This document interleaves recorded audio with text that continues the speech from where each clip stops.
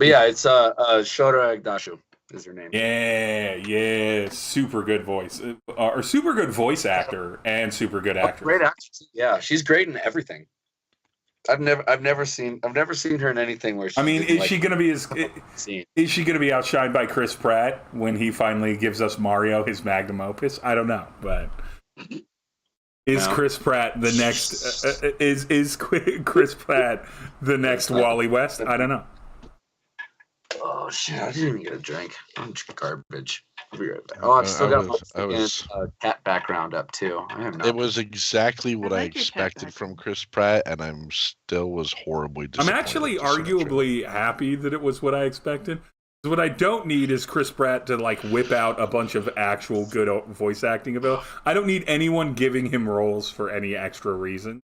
That's not a bad point. Yeah, and so it's like, yeah, if he turned around and actually could do it, then we'd be like, fuck, we're gonna get a whole lot more Chris Pratt voicing characters, and instead Chris Pratt.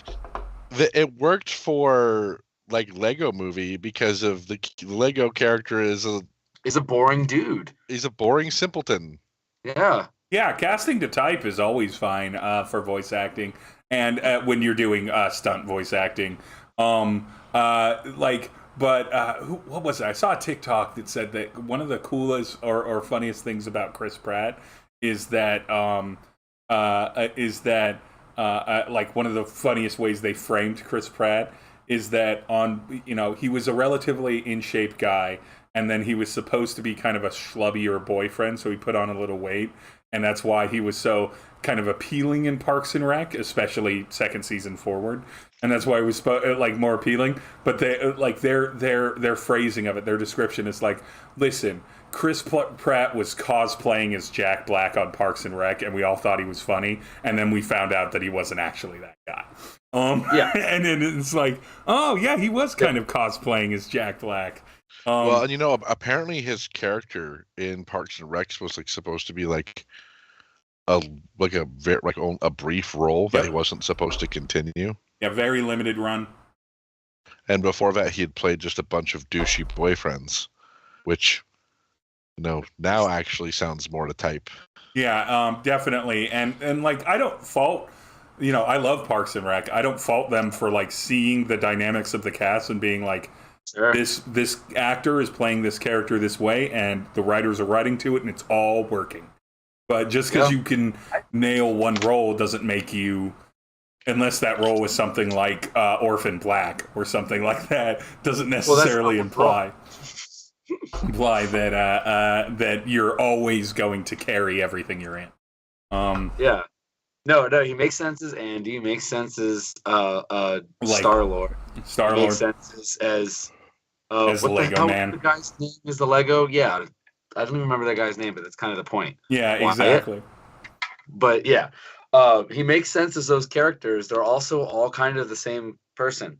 Yeah, and that's fine. If that had been the extent, if there was no Jurassic Park, if there was no desperate push to put him in a ton of shit, I don't think any of us would care. It's just that simply that it's just like, why would you cast him? And what about him said like you get someone like Ben Schwartz to voice Sonic, and you understand like Ben Schwartz is such a caricature of a human being, and he's also a good improvisational comedian. He's also good on a live stage, and so you're like, oh, I can see how you can over exaggerate and emphasize and really not really modify yourself that much, but like you make sense in kids movies a lot, and everything. But like, I don't want, that's not the vibe you ever got from Chris Pratt, even in his best roles. Yeah. It was always just like, oh, you just need to be like dumb white dude, bro-y kind of character, and you kill that role. And it's kind of a heel, but not like completely unlikable either. That's it. It's the likable heel. That's all likable heel. He's a likable heel of a boring white dude, and that's basically his whole shtick. And that's he's works really well. He's no Chris Evans or Chris Pine or Chris Hemsworth. Whatever his name is. Yeah, no, you're right. He really isn't. The worst of the Chris's. He is the worst of the Chris's. Truly tragic. Who is the best? Is it Hemsworth? Okay, so if you're looking for a handsome comedic lead, probably Hemsworth. If you're looking for someone who might have more range than you think, it's probably Evans. And if you're looking at the person I'd most like to hang with, it might be Pine. It might be Pine, just because Chris Pine. I agree on all three of those. Chris Pine is good. He's solid. He's talented. But like, I think he's more talented than the roles that he takes a lot of times. And I think that that's off too. And I think that welcome to Through the Mill, where we talk about the Chris's in the MCU, MCU and DC universe. But I also think, based off of all those interviews for that movie, I'm like, the more pissed Chris Pine felt to be there, the more I was like, yes, this guy. Like, I don't know if you would connect to me on my like fandoms or anything. You've been in Star Trek, you've been in Wonder Woman, right? You should. You're not that invested in those properties as much as some other actors, but there are also rumors that Chris Pine might secretly be fucking Chuck Tingle. I would believe it. 100%. There's people are actually like talking about it and speculating it, and Chuck Tingle posts about it all the time. It's like that's a thing. Like, rumors, and apparently he also did write a lot of like kind of like a shovel smut like before he got famous too. I would love that if, like, even if it's not true, if Chris Pine is just like, maybe it is true, maybe it isn't. Maybe sure. You don't know. That's basically what Chuck said, so that could possibly be something that we would see one day. Chris Pine being asked the question directly and giving a similar but not identical answer, so it doesn't look like he copied off of someone else's homework. I feel like Chris Pine is what we wish Harrison Ford was as a person, where it's like Harrison Ford is never quite as like enthusiastic about the roles that he plays as one would hope, but like that's fine. And I feel like Chris Pine is like, I'll be in a D&D movie, that sounds fun, right? I'll be in Star Trek, that seems cool. Why would I turn down the chance to play Captain Kirk and make a bunch of money, right? And everything like that. And he doesn't like, he's not lazy with it. He puts effort into it, but I don't think it's not like he's not like, who's the person who plays Polka Dot Man in the good Suicide Squad movie? What's his name? I always forget his name too. Where that actor is more than happy to do anything comic book related. It does not matter. He's just enthusiastic about being in comic book adaptation because he is a big fan and he's a writer on some comic. Yeah.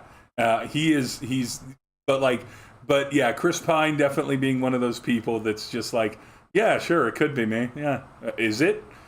I'm not going to say, and I'm not going to say it's myself or Chuck Tingle if I am in fact Chuck Tingle, right? Like, but yeah, I really like Chris Pine. I feel like Chris Evans is one of those things where it's like, if Hollywood had been different at the kind of time that you came up, you would have been like a de facto one of those like leading man blockbuster stars that everyone would have been like, yes, but you can also act. Like those truly engrossing leading men where it's like, it's obvious why you're cast. You're very handsome and charismatic, but also you care about this. You genuinely want to deliver a great performance, and it shows, and you do it most of the time, which is why Snowpiercer, the movie, which should not be watchable in any way, shape, or form, is super watchable, because it's carried on the back of an actor who looks like he would be an obvious cast, but then actually tries. He's great he was great in Sunshine, he was great in Scott Pilgrim, he's great in whatever role he tries to take. Yeah, I agree. Also, he's got big. I'm probably pretty good in the bedroom, and that's very nice. Yeah, he gives off very good stellar boyfriend vibes. Where it's like, you're probably pretty good. Okay, now that it's almost 8:30. Speaking of stellar boyfriend vibes, I'm having a great time. I don't know what you're talking about. We're definitely drifting very close into the prolonged debate of the fuck, marry, kill on the legitimate three Chris's, and I think we should play the game instead. Okay. Thank you. Welcome to Through the Mill, a Dungeons and Dying of Exposure actual play series. I am your game mommy, and I am joined by my by my recently lost weight, General Posse. Say hello, recently lost weight General Posse. You look like you're 2/5 less the size you were the last time. Wait, we're not illustrious anymore. We're just general. Sir, just lost weight, General Posse, sir. There you go. I don't want to go on a jag about How I Met Your Mother. Anyway, let's talk. I don't know anything about it. I hate that show. I never watched it. But we will, for the next several sessions, be down a Camille and a Cloth and Pop while they are busy, like, living their lives and making things better for the world and gross shit like that. And so the holidays is going to be real spotty for them. But fortunately, some of us still have our priorities in order, and our priority is gaming. We will also be doing this on Through the Mill will also be every other Sunday night. Heretofore until we maybe have to push it to a different day. But for now, here we are. Let's do the introductions. We're going to start in the top left with beautiful Tricky Boy. Introduce yourself. Oh, shit. Yeah. I'm going to start this off now. I'm Brandon, and I play the resident Tricky Boy, Chevy. Yeah, that's right. That is 100% all correct statements from Brandon. Short and sweet. On the opposite side of me, over on this side, how about you introduce yourself, Sam? Oh, there it is. Sorry. Hi, I'm Sam, and I play a rogue bard swashbuckler named Remy. Very happy to be here. Yeah, and then at the very bottom, so far away from me in this version of the overlay, such a bottom. Strong. Yeah, this is accurate. How about you introduce yourself? I'm Celine, and I play Velvet Star, who is the shooty, stabby, techie, tinky cat person. And scary movie, right? Yep. Yeah. Sure. Accurate. You should have introduced us as the soon-to-be dead Posse. Maybe you are in a very bad place to be down 2 players for a while, but you know what? That only feels like it's diegetically. So to summate the last time our posse was there, as they were drilling the wild card through the mountains of the Great Divide into the earth underneath Litet, through all of the under caverns and unexplored places of Naden Platts, they found that the power was very slowly draining from the sort of arcane functionality and ability of the engine of the wild card, which is a great drilling airship modified to a drilling machine. Was slowing down, and eventually they knew that it must come to a stop, so they began investigating what could be causing that, and began feeling an energy source that was pulling the power away from it. Upon parking and getting out of the ship, which is ill-advised but inevitably necessary because Game Mommy says it so, the party found themselves making their way through a giant cavernous dark tunnel where they saw, with some minimal bioluminescence, shadowy figures in the distance. As they approached those figures, as long as they seemed to keep their distance, even though they never got really good looks at them, nothing seemed to be aggressive, but they were being followed by a different sort of shadow. While they creeped their way through this cavern. Eventually that shadow came into view and into being as crew member Meatball, one of the cat folk that is currently hired mercenary staff for the wild card, who was inevitably, as they always are, following Patience. In that moment, whereas the group had mostly avoided getting too close to any of these figures, Meatball themselves did not, and was suddenly let out a meowling cry as a figure appears out from behind a rock and grabs for them, and that is where we left off, and we are going to shift over to the map, which I will share to the group. Starting off ending the hiatus with some combat. Oh, I don't need to share it because it's owlbear and you're in it. So you know what? To start off, let's have just everyone just roll initiative. Like just now, just to order the tasks. 8. 8 for Chevy. Oh, are we seeing how crazy we are? I can't resurrect any more people today, just a heads up. Nat 20. Nat 20 for Star. That I'll just put that as a 30 so that you're automatically first.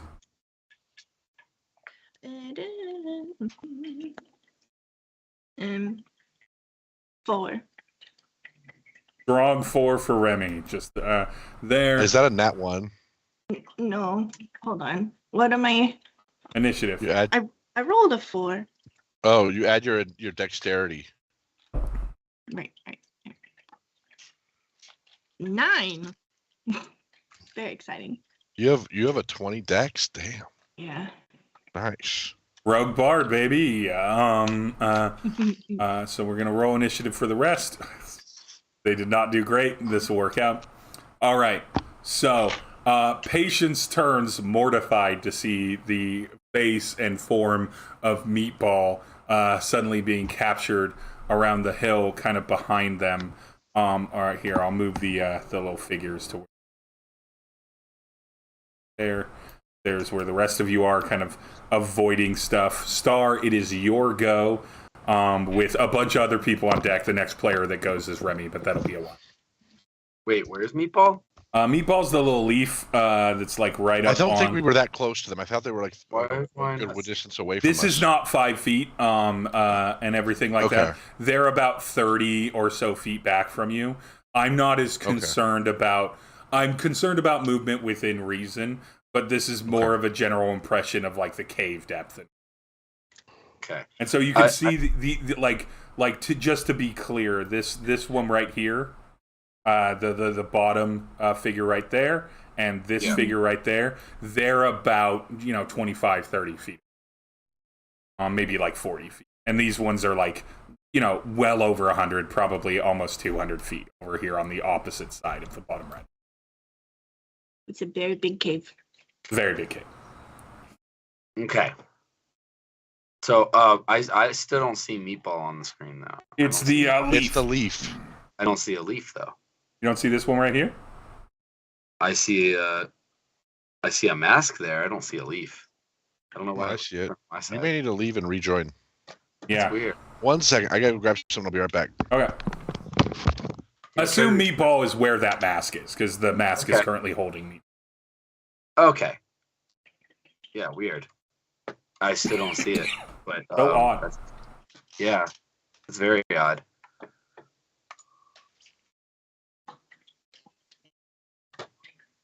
I even highlighted it red for you. I see it on the map. I mean, on YouTube. I saw it a second ago. I don't know why it's suddenly invisible to me. Like, if I go like this, it moves me, right? Yep. Yeah, so I'm here live. Here, let me make it a prop. Maybe if it's a prop, you see. The amount. Can we use Meatball as a mount? Because you can in theory. Meatball is big enough for most people to ride. Maybe not Trapper, but everyone else should be able to, because Star is like lithe enough. And Meatball's a pretty durable thicken. All right, I'll roll. Hold on. It's gonna be disadvantage because of the creepy stuff. Nope. Star's good. Star just like stands back as Meatball gets grabbed by the shadowy figure. Oh, I was just saying that Star's not like trying to ride Meatball. Oh, okay. Oh, that's... I rolled to see if Star thought Meatball was hot. Oh no, not yet. But yeah, you're right. It's my go. So no, I guess I would. Yeah. Okay. Is Meatball within distance of me because I can run anyway? Yeah. Meatball's within Meatball and this figure are within roughly 30-ish feet. Yeah, I can't imagine I wouldn't just do the thing that I've done like 40 other times before. So I'd try to run up and grab Meatball and then Misty Step to the other side of the cave. All right. How far does your Misty Step go? Dimension Door is what it was. Or Dimension Door, yeah. I think it's Dimension Door. I think it is, yeah. 500 feet. Okay. So move yourself. I'll move Meatball near you. There's literally nothing that this person while occupied grappling Meatball could do in that kind of a speed. Yeah. Ball over by where you are. Yeah, I guess like I would be. Oh, actually, no, it doesn't matter. I can be far. Whatever literally the other side of this area here is, as long as we're still like in seeing things distance, I'm good. Because I forgot I have a shooter. I don't even give me a perception check with disadvantage. Okay. That's still have to beat a 25. Okay, so that is above my minimum. Yeah. And disadvantage, that's still really high. So that was what is my actual thing? Is it 12? Or is perception? Yeah, 12. So that's 27. I made it. 27, okay. So I'm going to say as you Dimension Door with your cat-like reflexes, when you land in the space that you intend to land in, you manage to pivot yourself and Meatball kind of out of the way and more than 5 feet, so like 10, 15 feet away from this guy that appears right there, that you just happen to land yourself right next to. Nice. So that's I can show that we're super close. Yeah, you're close. That person will be easily able to engage with you on their go, but you don't get any negative for like landing right in there. How far away? I was like what, like 25? Yeah. You're feet away from people. So I was just trying to figure out if I have if I'm pivoting for that last 15, that's about my thing. So no, that makes sense. Roughly. So yeah, I don't think I'd have more movement is what I'm saying. I don't think you'd have enough movement to get out of their reach to collect at that time. But nonetheless, so that puts you and Meatball sort of where you're currently at. I need. Is there any other action that you take, or does that kind of burn you? The only other thing I could do is hide, and unless I can pull Meatball with me, I don't think that that's necessarily going to be helpful when I got this thing's attention. Not without having more economy to do so. To shove Meatball around a bit. Bonus action, as far as I can tell. I'm pretty sure that's still an action to do that other spell. Yep. You know what I can do? I can don't I have? Sorry, it's been a little bit. Just making sure I'm not missing anything. That only counts for the current turn, so no. So, what's the normal? No, there's no thing for bonus action. That's only for cunning action. Does that? So no, that's literally it. The only other thing I could do is I could either dash, disengage, or hide, and that literally would all just be things I could do without pulling the cat with me, and that's kind of aside the point. So no, I'm just stealing myself and putting my shield up, basically. Yeah. Getting a defensive stance, and that's my turn. So Star with Meatball kind of off in at least more safety in the way that Star knows where the damage is, and Meatball's not currently being held by anyone. Are like off in the distance. The next 2 turns are going to be Patience and Trapper's turn, and then it's going to be you, I Remy. also want to indicate that I have not dropped my concentration on the illusion spell that's obscuring our space. Yeah, that's obscuring where you two are, or where all of you are. Need, before I do Patience and Trapper's turn, however, I need Remy and Chevy, will you please roll perception or nature checks, whichever's higher for you. Probably perception. 17. Okay. 18. All right, so both of you feel and are able to kind of shuffle step a little bit, as you can feel just the most subtle kind of ground rumbling underneath you. Surprisingly, and I totally don't just auto-fail them, Trapper and Patience do not succeed at this. And both of you watch as, I know, I wouldn't ever do something so disingenuous to players that aren't here. Never. Trapper and Patience, who are in front of you, Remy and Chevy, they're like with you. For the briefest of moment, you see disturbance in the earth at their feet. And then you don't really see what grabs their feet because the earth mounds a little bit over it. But you see both of them just go right into the ground. They just disappear as if they were not standing there seconds ago, and no trace of them appears. The rumbling has stopped. It is as if the ground had not been disturbed at all, a la Earth 2 and a classic science fiction series. But 0 out of 10. 0 out of 10. Do not like, but Patience and Trapper have disappeared off the field. You see Trapper go, wait, what the? And then he just is gone. Patience just briefly makes eye contact with Chevy before she disappears. Poor thing being trapped in the Nathan Platts, stranded and alone again. The Trapper's there, maybe. But nonetheless, maybe. Probably not based off when the players can come back. Anyway, nonetheless, Remy, it is your go. Chevy, you are on deck. Okay. I rolled a 5 or below for all of my, so y'all get to go a little bit. Oh, I'm taking a sanity point for that one. Yeah, I suppose you can either choose to take a sanity loss point for that one because they disappear, or mental fortitude. But I'm trying to brand it to avoid problematic. So you can choose to take it, or you can save with a. I'll do a wisdom save. I'll do a wisdom save if you want to do it. DC 20. That's more generous than what. Oh no, actually, it's even less generous. Or whatever. It doesn't matter. I rolled a 1. I feel like for Star, Trapper, and Patience disappearing specifically would be overwhelmingly more painful than Chevy and Remy. Yes. Does anyone remember what I had for my sanity points? I don't have you list them to me. Can I just re-roll it then? Yeah, you can re-roll it.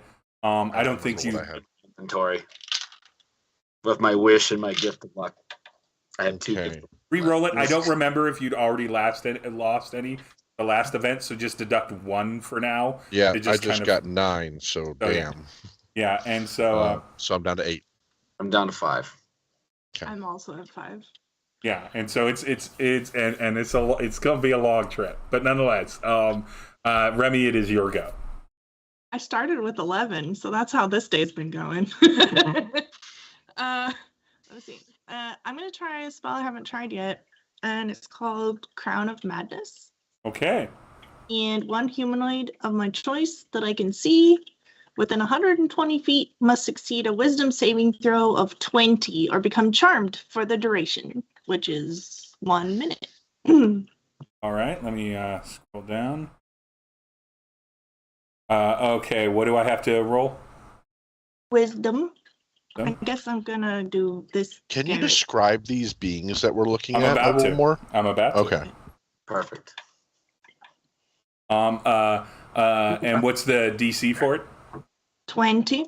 Okay, so you feel the spell reach out to what should be a mind. These creatures that you're looking at are roughly humanoid.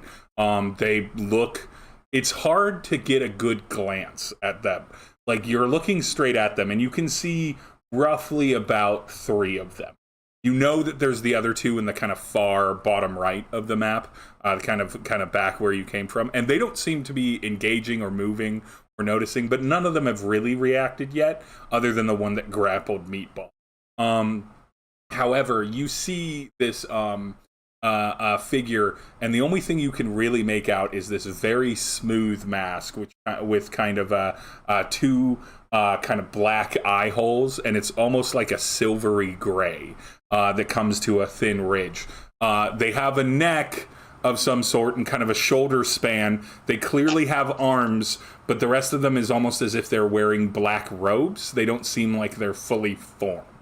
It's almost like someone took a brushstroke to begin a torso and kind of stroked up and then did the shoulders, arms, and like mask, and only did the detail in the mask. That's sort of the vibe that you're getting, even though you're clearly looking at them. This is not about the darkness. This is about just if you saw them on a summer day, this is what they would look like. With maybe a little bit more reflection on the map. Get pathologic vibes here. Yeah, and it's very, very, very disorganized. So you feel that charm spell kind of enter the mind, and the creature seems to look at you. Again, it doesn't really have like irises and pupils. It just sort of has two dark voids, but its mask is facing you. However, the magic of the spell doesn't seem to have anything to grasp hold of. Almost like there's not really a full mind to charm there, and the spell unfortunately fails. I will tell you, because this is something that you would know with this spell probably, they are immune to charmed. Okay, well, now I know that. Sort of an expensive way to find out. That's it fine. Happen. And so I guess we'll do my bonus action to give Chevy some bardic inspiration. Just a reminder, when I cast spells, most of my spells are saving throws. Oh, that's so I don't really get to add stuff to those. Yeah, you want to give bardic to someone like... Or even maybe Meatball. Or Meatball. To help. Because you don't Meatball get out of bind. 60 feet. Are they close enough? I'll let you do it. They're farther than that, but I don't care. I'm fine with that. All right. Celine, have some inspiration. Yeah, but Meatball does have abilities and stuff. Meatball is not, as you noticed from hiring these, you didn't just hire them because they could all work shit. They all do have a particular set of skills, if you will. By the way, I want to show you something that I'll be rolling with tonight. I just finished printing this. So this That's is a my very new fancy dice tower. This is my new dice tower. I love a dice tower that can also be a map miniature. Right. Love it. So, Remy, you feel that you now believe that these are not creatures of the kind of thought, or at least don't appear to be the kind of creatures of the kind of thought that would be negotiable, right? Whether or not they're intelligent, you don't know, but they don't seem to have the same sort of like emotional negotiation. Legit. After Remy is Chevy, and then the next player character will, then there'll be a bunch of monsters and Meatball, and then it'll go back around to stuff.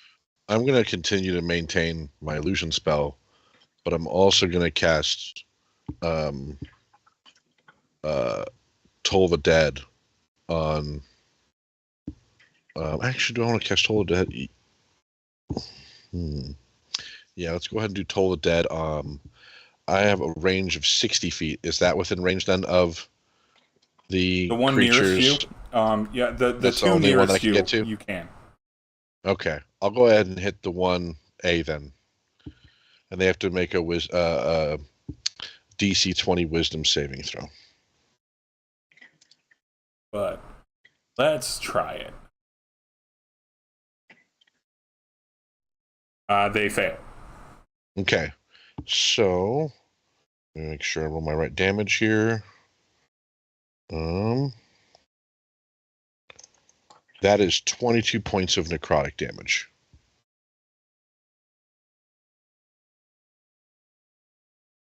Necrotic damage? Yes. Yeah. So you reach out with your Toll to the Dead. I feel bad about this when it happens, but it just happens sometimes. You reach out and you successfully. Does the Toll of the Dead, does it make noise? I mean, it says the sound of a bell fills the air. Okay, so yeah. It does not say that it comes from me. Yeah, I'm not worried about it locating you. For description. So the bell tolls, and you can see that their heads begin to tilt at it, and you can feel, because you've cast this before, you know what it's supposed to go off like. It absolutely, like, you can feel the necrotic energy pulse from that. And you know that even, that oftentimes, even more durable and sure creatures can still very much be affected by this, but these creatures don't seem to be respond. And in this moment, just like Remy, you know that these creatures are immune to necrotic damage. Damn it. Well, I'm going to continue to maintain my illusion. That's fine. And not move. That's fine. And so that is it for you. Oh, I do have. Let me take a look at my range on one thing here.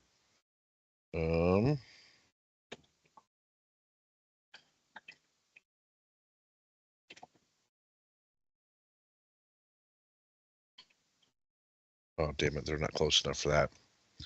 Okay. Are there any, like, holes in the ground or anything anywhere that these creatures are next to? I wouldn't say there's holes in the ground. There's definitely, like, crevices and stuff like that they can tuck behind. You even suspect the one that had grabbed Meatball was, like, kind of tucked off to the side and sort of appeared. It's kind of hard because these... If they're far enough off, they're just going to disappear into the shadow. Okay. Like naturally. I'm just to see how I can influence these things. Target A, I'm also going to then use a telekinetic push on. Okay. And it has to make, and again, a DC 20, but this time it has to make a strength saving throw or be moved 5 feet backward. It's going to fail. I'll jitter the guy a little bit. He does move 5 feet backward. Okay, so they can be shifted. They're not, like, anchored in the ground. That's good to know. No. But yeah, he can be shifted. Can all three of you give me actually no, you're not going to roll a perception check. All three of you begin to hear a sound after the bell of the toll happens. You begin to hear a sound several hundred feet above you toward the top of the cavern. All of you identify this sound as the kind of gentle, like, movement and fluttering of wings of some sort, but it's still too in the dark for any of you to see. But several sets of wings you begin to hear the sound of. Question for you, Chevy. That obfuscation, is that in an area or is it on individuals? My thing is basically I created, like, illusionary rocks that are illusionary rocks that are currently surrounding Remy and myself. Yeah. Because I told everyone to tuck in close. Yeah. And so you were, but Star had to go save Meatball. Okay, just making sure. The reasoning being is, I'm going to say, who has dark vision? I have dark vision up to 120 feet. Okay, I'm going to say they come into sight for anyone with dark vision like that. I've got 60 feet, but I've got dark vision. Okay, maybe Star doesn't see them yet, but Chevy definitely will. They're quite a ways away. They're at the very top of the cavern. You are seeing them appear on the map now, probably. So a number of Chevy, I'll describe this for you. A number of creatures are beginning their a descent from the ceiling. You can really only make out the kind of outline of their shape, but they are bestial creatures with bat-like wings. I will say is what you can kind of see, and they're beginning to drip down. They're still more than a turn away from you after they just hit the edge of your vision. They're still well over. They're still probably like 120-ish feet, like right at the edge of your vision. You can't see all of them, but you know that there's a group. You can hear the the wings flapping. There is something descending upon you in this terrible, terrible place. That burns all of their turns, and now these creatures' turns. Can't see exactly. I'm not trying to burn all my spells here, guys. So the only one, is there anything they can do to try and help themselves where this magic is? Specifically A and...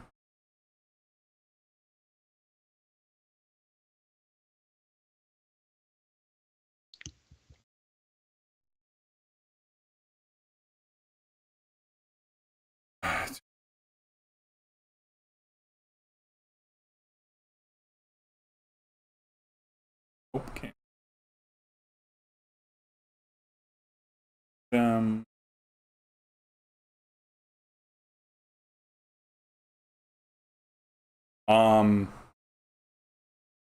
Give me a D20 roll, Chevy, since you're maintaining the obfuscation around.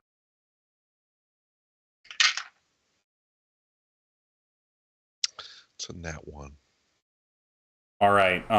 They're gonna just do this because they know something's shooting at them, and so this was a luck check to see if they happen to get in the area. But I am gonna give you advantage. You want me to roll again then? No. I'm gonna give you advantage on this. Remy and Chevy, please. Give me a con save with advantage. I'm curious though on the spell that you're casting, if it says that the target they can see, or the ability you're casting. It's a target they can see, but you can still just cast when you can't see with disadvantage. If it says you can see it, if it says a target you can see, you have to be able to see them. Nope, no, you don't. Not if it's an area effect. Okay. You can do a thunder wave in a direction, or like a cone of cold and stuff like that. It's the luck check was for my advantage gave me a 3 and a 4. You're still actually fine with a 14. What about you, Remy? On save with advantage.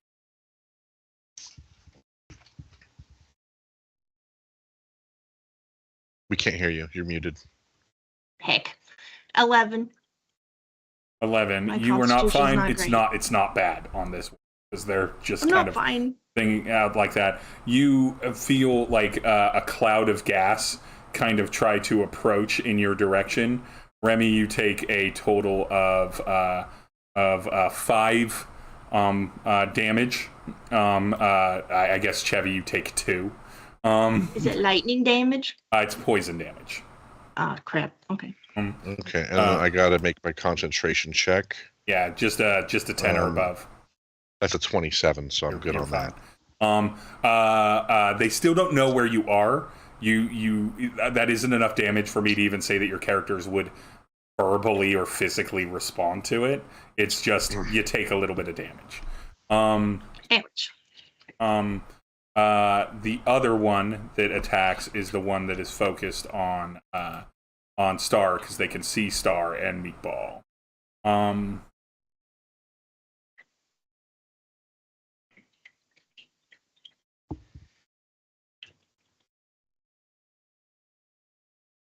These things are immune to necrotic. I wonder how they feel about radiant damage.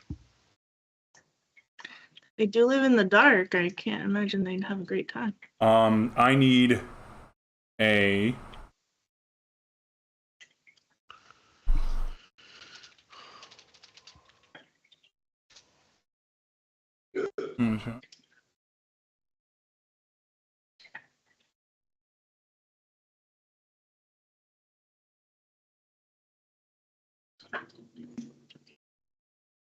Okay, Star, can you make a wisdom saving throw, please?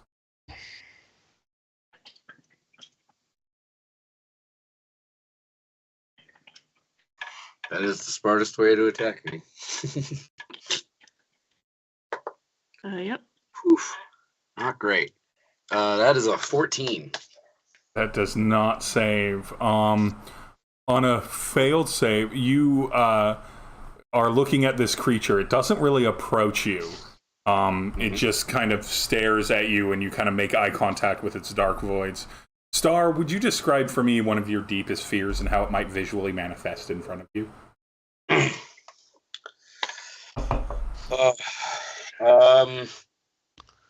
Is it water? Honestly,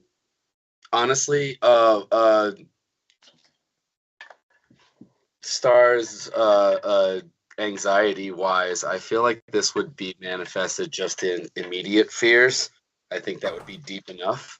And I think that just like if it's literally manifesting in front of me, then I would think that I would be hitting,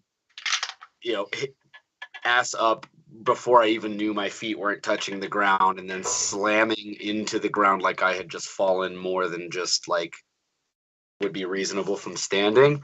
And I'm surrounded by I guess we would throw Skitaki in there with Patience and Barry and Trapper's bodies just torn about me.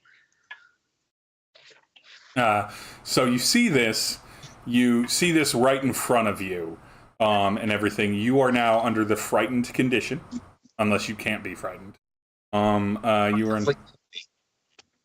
under the frightened condition, which doesn't affect anything until the end of your turn, as far as damage-wise or potential stuff like that.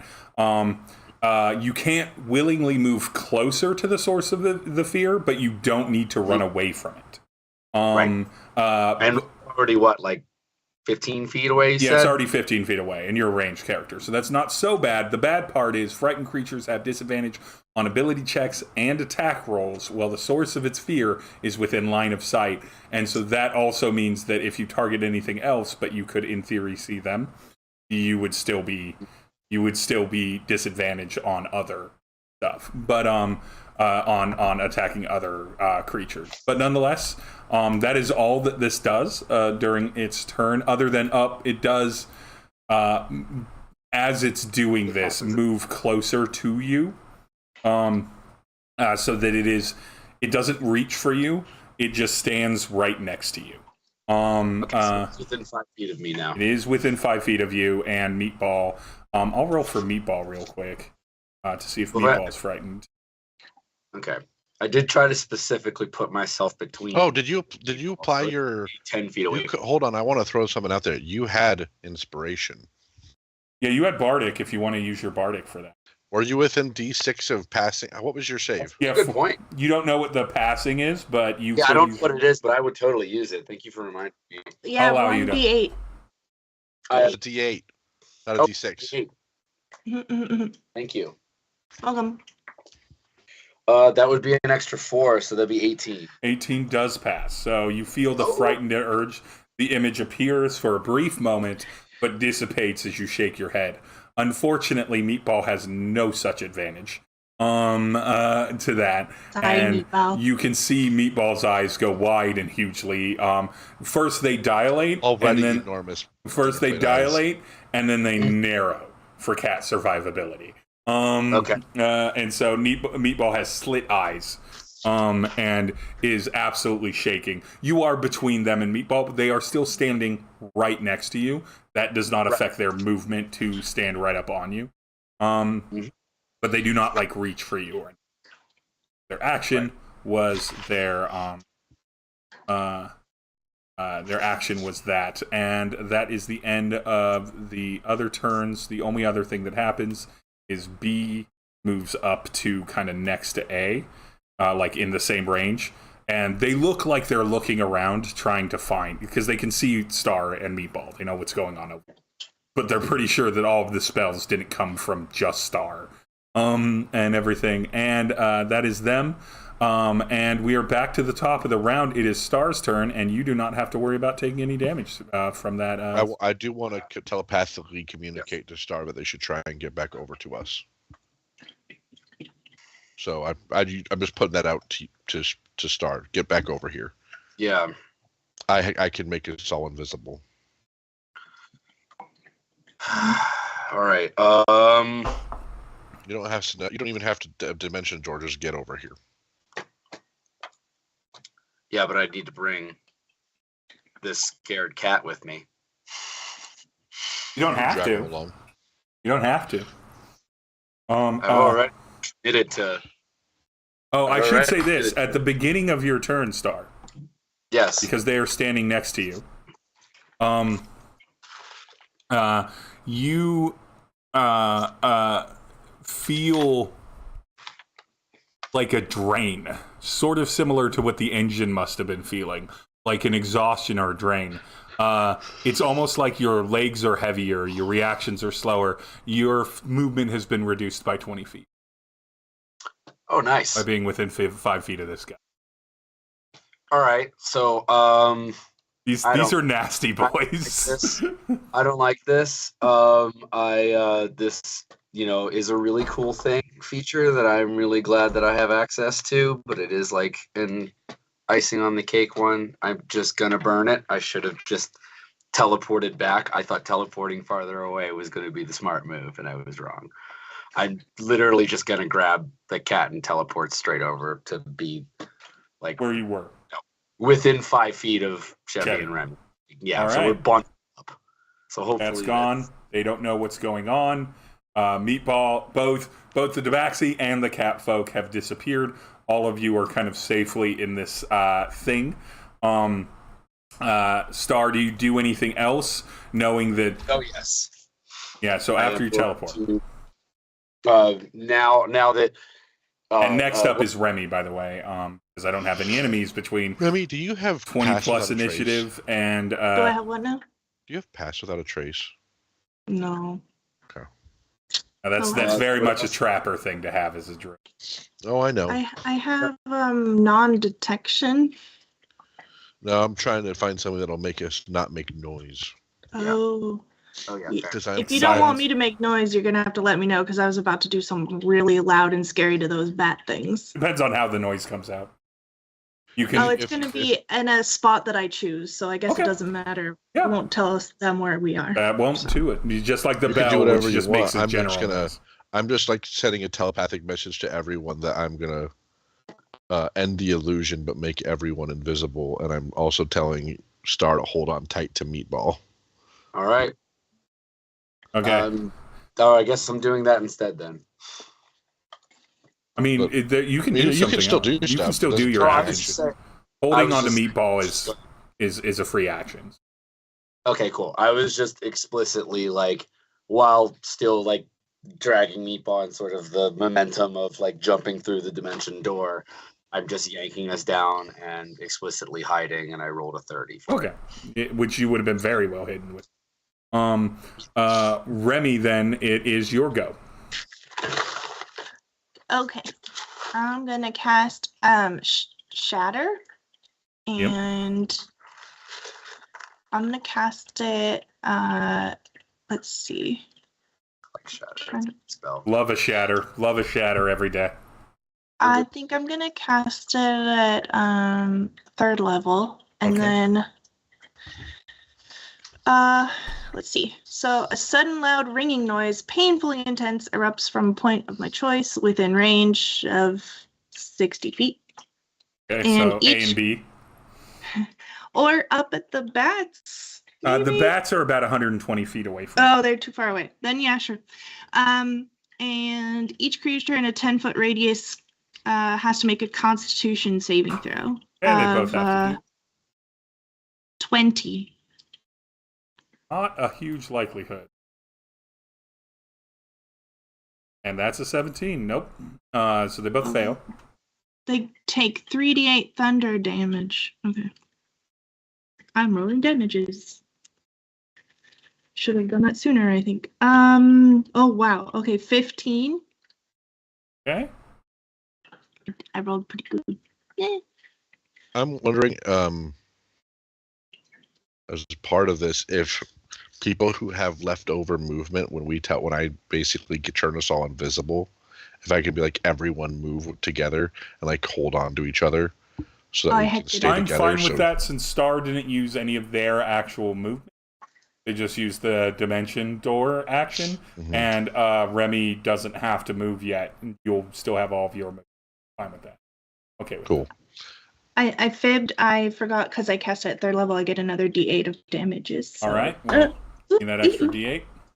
2 more damage. 2 more damage. The earth shatters and rumbles under them. You actually do see them stumble a bit, which now tells you that these creatures do, in fact, like, live on the ground. They are not just hovering there magically. Even though it's really kind of hard to see where their bodies end and the ground starts. They do actually, they are physically affected by gravity. And so they do stumble a bit. Neither of them like drop prone or anything, because I don't. But this is not like they fall any. It's just the earth rumbles around them. And then they immediately like panic, like their masks shift around, looking for where the fuck spell like they're just like, where is the thing that is hurting like casting spells on us? Where is something? And then of course having also lost Star. They have and not really knowing where Star went to with the meatball, because there wasn't anything around. Right. So the cavern is still kind of pretty unaware of where you are all. Is that it for your turn, Remy? Yes. Okay. So now it is Chevy's turn. So, Chevy, it is your go. I'm going to cast invisibility at 4th level, which allows me to cast it up onto 4 people. Yep. Which covers all the people present.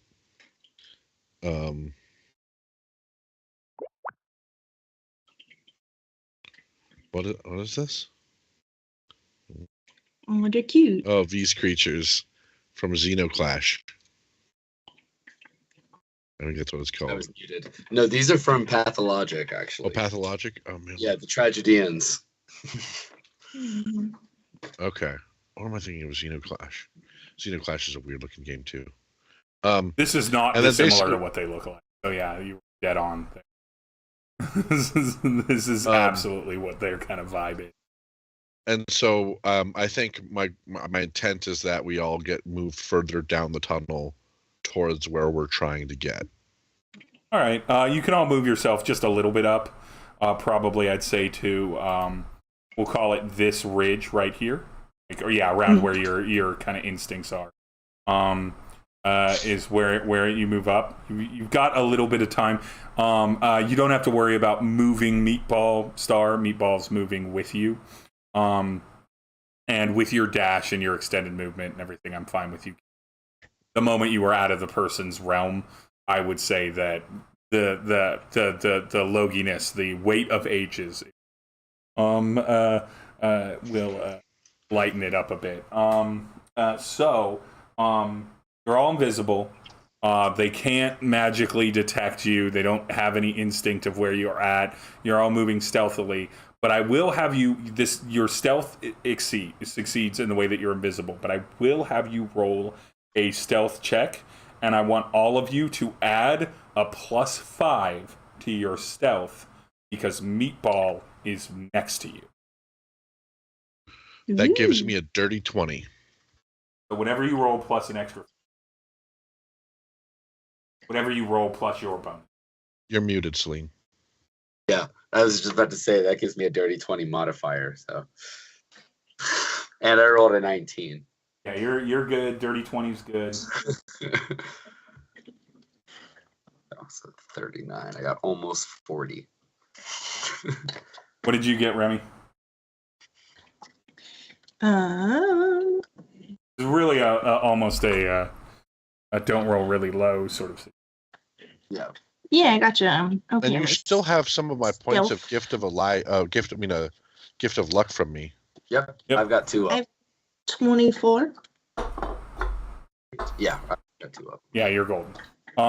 So you all move quietly. You can tell on the heads of the masked people that they're unable to see you, or unable to find you, because they're all looking around. And they are kind of moving slowly as you moved. All of the bat creatures are just dashing themselves down. They're now all about 60 feet out of range of you, but they are not specifically like targeting you.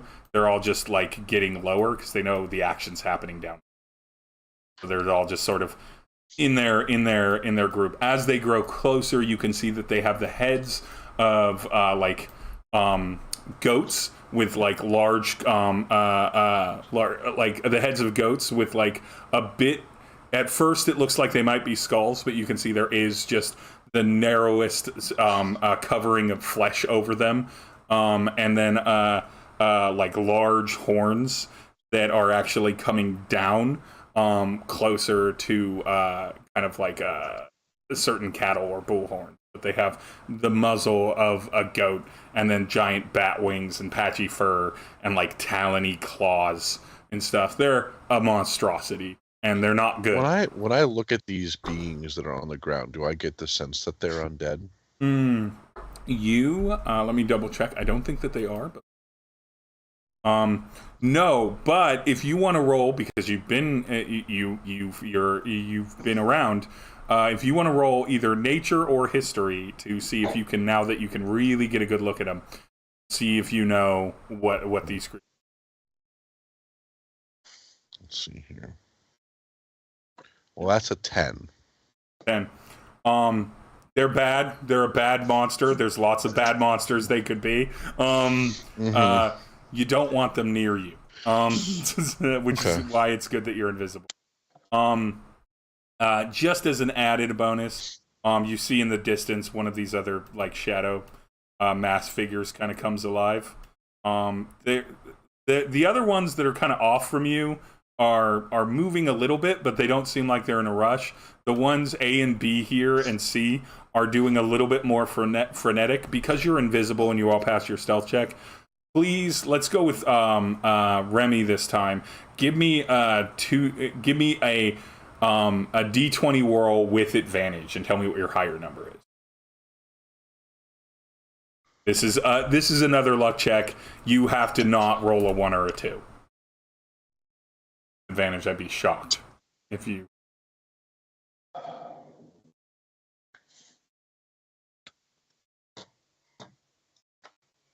So what did you get, Remy?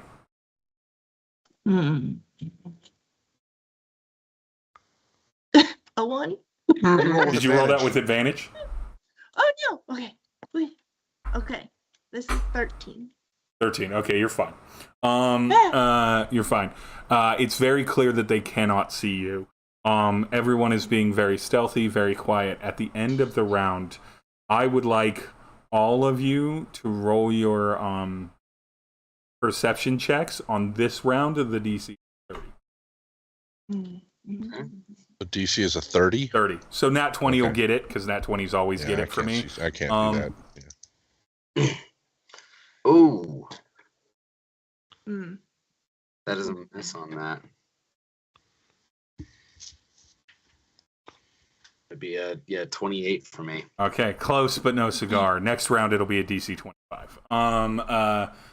It is the top of the round. Nothing has changed for you all. Star, Chevy, Remy, you're kind of in the same sort of like move through the cavern kind of quietly thing as you notice that these creatures are immune to a lot of things. Your spells haven't seemed to be super effective. You haven't really seen much damage come out of them, but you've been hidden for the most part or too hard to hit. And then Star, you remember one of them just being near it made you exhausted. I mean, so is our intent for all of us to just keep fleeing down this tunnel? Yeah, so discuss amongst yourselves. If that's your So intent. if we want to, we can kind of move this around quickly if they're not going to be able to target us with anything. Yeah, they can't right now. Okay, so we can just kind of wrap that round up by saying we all move down by the tunnel. Yeah, if all of you are good with that, that's good by me.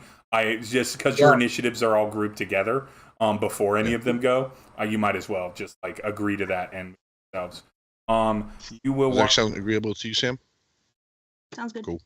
The only thing that I would say I would want to do is just so the thing is that it would make noise then. Like this. I want to say, I feel like I would want to try to like discreetly toss a ball bearing somewhere relative to the direction that we're going, but not directly in the direction we're going.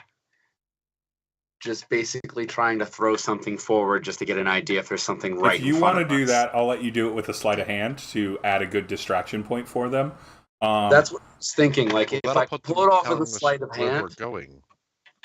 What's that? If you're throwing it in front of us, that'll tell them no, where we're going. Adjacent, like far off. Okay. There's still, even at the very end of this tunnel, we're looking at a perspective map there. There's still like 150 feet of width on the tunnel. I mean, it makes more sense to throw it back behind us. Or maybe a little behind, but... not if there's something in front of us that we're about to walk into that we can't Well, how would you know? We can see just fine. Because it happened to me twice. In the past 20 minutes. Or not even that. It happened to me twice in the past minute. I will tell you that the way I will rule it is if you roll high, that will be very successful for you. If you roll medium, that will still probably be successful for you. You'd have to roll pretty badly for it to put you in any kind of... Okay. I'm just basically trying to, like, drop a signal barely off of our direct path. To see if I see anything move in front of us, and I just got a 17. 17, awesome. You hear the little pink. You see all the masked people while you all are moving. You see all of the masked people look that way. A and B are too far back, but C absolutely sees something in that general direction, or doesn't see something but notices the sound. And immediately, what's going to be? Immediately they move toward that direction, and you see, with a 17, you're fine. You see just a bolt of lightning appear out of the air and then attempt to reach different directions, as what those of you that are arcanely adept, which is essentially all of you for the most part, know is chain lightning, and it just hits nothing. It just hits nothing. They try to hit something with lightning, doesn't hit anything. You're good to go. And I see anything in front of us of where we're pointing that looked like something else might have been reacting to it from another direction? Not at the current moment. The lightning does light things up a little bit, and so I think for the next perception check, I'll probably lower it down to like a 22 instead of a 25. To get to it, because I'm not going to surprise you with anything before you get to it. Right. I'm down to keep on chugging then, and through next turn, because 22 means I would see it passively. So Star is very much focused on moving. So you move through, your path is clear, you don't make any noises. However, I am going to have you all roll another stealth check, this time with advantage for all of you, and remember to add an extra 5 on the end of it, because Meatball is there. Meatball is a sneaky little cat boy, and he has an aura about him. Nice. 35. 21. 35, 21. 22. 22. All right. So you all just kind of cruise through completely unseen. It does look like Star's situation was effective. A and B have started to veer off in that direction, kind of off to the side of where you are on, like, say, the east or the right side. Of where you are. The other one that appeared is slowly moving in. Instead of the left wall type of thing. Yeah, right wall instead of left wall. All of the bats come down, but because you are so very stealthy, they just don't happen to be down where you land. All of the, like, winged. And so the winged creatures are now in the mix. You can see them up close. They look nasty and bad, and you don't want them to interact directly with you as you creep down. I will have Chevy and Remy, since you do not have a passive perception of 22, probably, roll, but roll with advantage on your perception. DC is 22. Otherwise, this will just narrate over. So you will see whatever's in front of you. Yeah, I don't get that. I got like a 16. What about you, Remy?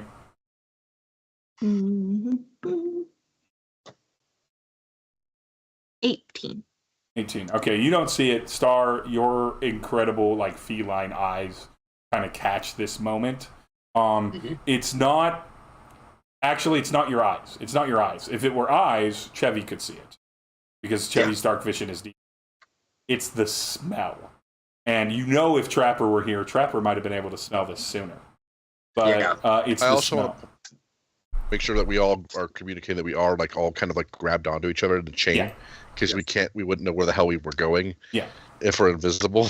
I'm assuming you're all kind of like light hand on each other, or tail, or whatever. Yeah. Or wing in the case of Star, right? But you're all kind of near enough each other that you're like, we are huddled, we know where each other are, we know what the formation is, and we're all moving very effectively. You can smell it. Whatever it is, because I don't think you would know it by you. Well, I'm certain Star wouldn't know it by name. Whatever it is. It smells like... The only thing I know about this area at all is that money comes out of it. Money does come out of it. It smells monstrous. And it's not worth it for our people to get the money out of it. So that's it. That's all we know. It's a combination of and for you right now, it's a distant smell. You can tell that you're far away from it, but it's a combination of like dead sea creature and ozone. I don't know what magical people would perceive ozone smell as. Ozone. So like electricity smell. And this kind of like dead sea creature. And whatever it is you're just barely getting a scent of it now. You know it's further down in the direction of the cave that you're going, and it is absolutely it is absolutely repugnant smelling. And so your belief is whatever this is, it's a very bad thing.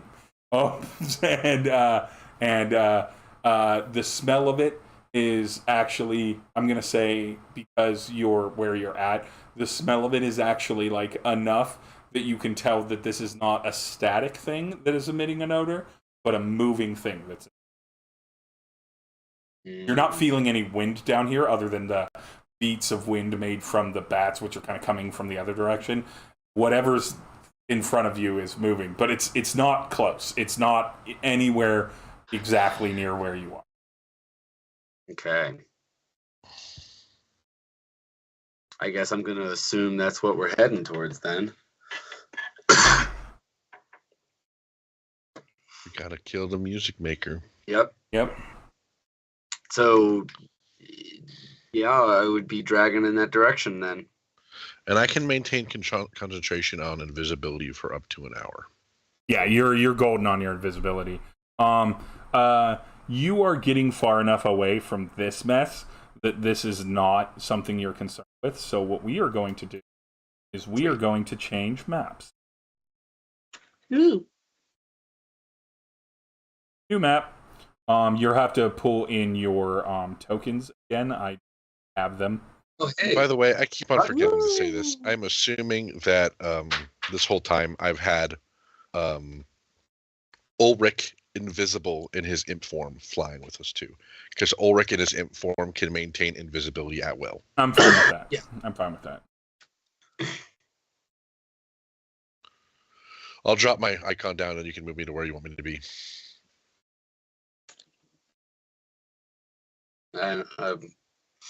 Yeah. It's just cool.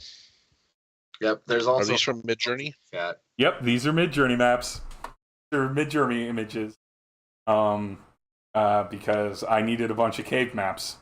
And I didn't really want them to be grids or exact. I wanted them to be more eventy. Yeah. It's legit. Huge caverns. Massive. And so you'll have to forgive me because I can't, as far as I know in Owlbear, I did not prep this with a bunch of tokens, so I'll be dragging in tokens as I'm available. The cave opens up again. As you get into this cave, you know that in the great distance, all of you know that there is something kind of rank.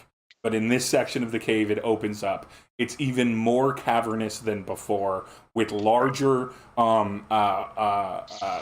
like mounds of earth and rock that have increased themselves up. You can hear echoes of noises. There are other creatures, other things roaming around in this cave, but in your immediate area, you cannot see any of them. Let me get my leaf for our boy here. Where'd you go, Leaf? There. Ha! There you are. MP. This cave is just massive and sprawling. The last one was a few 100 feet tall. This is taller than that, right? So it opens up even further. Again, you can hear all kinds of noises and movements and kind of creature kind of noises around, but you can't see anything. To give you an idea, all of these kind of mounds that you currently see in the cavern right here, all of these are like roughly about 30-ish, 40-ish feet tall. Obviously they taper down and stuff, and so you could go through this path right here, or you could keep going on this, and all of this kind of light blue sort of stuff is sort of the earthen, like sea level, if you will, the flat of the ground. Yeah. You have these passageways. Nothing from behind you seems to follow you. Nothing seems to come close or follow you back. So it looks like you've escaped that zone and you're in a new zone of stuff, which is good because that zone is bad zone. This is also bad zone. It's all bad zone. And so we're back to the top of the order. The top of the order is Star. You're all still invisible, and you're all still like right on top of each other so that you can feel each other. How do you move through this no longer having sort of like forward visibility? Really, you can only see right now as you enter. Move the whole map. Little dot thing. You can really only see this pathway here or this pathway here. Okay. My inclination is put Star to have marching orders. Yeah. And to put Star at the front. Mm-hmm. Followed probably by Meatball, and then it doesn't matter which one of us brings up the rear. And again, these are wide enough paths that you can easily stand side by side. These paths appear to live somewhere between somewhere around 20 or so feet wide. Sometimes they narrow to 15, sometimes they expand, but roughly 20 feet wide. And so you've got plenty of like movement room to shoulder by shoulder. I have a suggestion then. For this map, would it make sense to just have a party token instead? If you plan to all stay in the same area for now, yeah, we can move your tokens to the side and have a party token. Okay. Yeah. It's just a random one. There you go. Random party token. There you are. Beautiful. There's your party token. With Star at the front, the rest of you in the back. Which direction do you go? Do you go a little bit to the left or a little bit to the right? Yeah. The person at the front gets to choose a direction. We trust you. If we die, we all blame you. And I have no sort of idea directionally for the smell because it's too far away, right? Like it would feel like it's in the direction the map is going, right? It's toward the center, kind of up here. Right? Okay, I would go to the right then because I would feel like I'd be going more directionally that way from what I can see here. Yeah, and again, the rest of you can smell it, but I think that Star is the one that smells it the strongest and is better able to kind of locate its direction. I think Chevy and Remy, you're just beginning to understand now that there is a dead sea creature / electricity smell. By the way, I technically do have Pass Without a Trace. I just can't maintain it while casting invisibility. Yeah. I think invisibility is the right choice here, because this really isn't about speed. What you're trying to do is deal with the problem that's a problem for the ship and not die while doing it. So the four of you sort of make your way on the first round. Nothing happens. Nothing happens at all. You're able to kind of creep through. Star, you can see 60 feet in front of you. Chevy, you can see about 120 feet in front of you. Both of you don't see any creatures or anything like that visibly at this point, at that little fork. You can either go up and to the left here, or up and to the right. Okay. I'm feeling like here probably, and this is not a ramp, right? No. To the right? It doesn't go any higher. This is all, like you said, all the pathway bits are flat. Yeah. I would think, just looking at the shape of this, probably I would smell it more to the left. Probably. Even though it's the right looks like it'd be a more direct path, so I think we would go to the left. I think that makes sense. I'm following my nose. We're toucan samming this motherfucker. And I'm assuming you're all moving roughly about 60-ish feet per round. You're just moving and dashing and kind of shuffling through. I'm not going to make you take it, because the amount of distance is an arbitrary thing I get to decide as the GM anyway. Yeah. So. I mean, technically, when you're taking stealth, you move at half speed, but... Yeah, but I'm gonna assume that you've all gotten really good at being quiet in this time. We don't want to drag this out too much, we right? don't. Yeah, I don't want you to just barely notch around. Okay, so end of this round. 60 feet in 6 seconds, but we're going 60 feet before we have to make sure that we're paying. I'm assuming everyone's just like, keeping their eyes open, peeled for anything at all. End of this round, I'm going to say that I'm going to have... Who rolled last time? I think it was Remy that rolled the advantage luck check. Star, you're going to roll a D10 for me, please. D10, got it. Where's my... It's gone down. It's no longer a D20. This isn't a luck check. This is a table. My favorite. Yeah. Whoa, that would be a 5. 5. All right. So you see over this way, you see a collection of what definitely look like undead, because there's a lot of exposed bone. Raggedy ass looking soldiers that have full plate armor that's kind of rusted through and aged with time, but definitely full plate armor, shields, proper weapons. Again, they look like they're pretty worse for the wear, but they definitely came from full plate armor, but they are absolutely rotting skeletal figures in them. They're bigger than your average walkabout skeleton, and that's just me as the DM telling you I'm not using skeleton stats here. But but they are definitely undead, kind of skeletal zombie-ish sort of creatures in armor, and they're all kind of standing around in the camp. They have not noticed you or anything like that.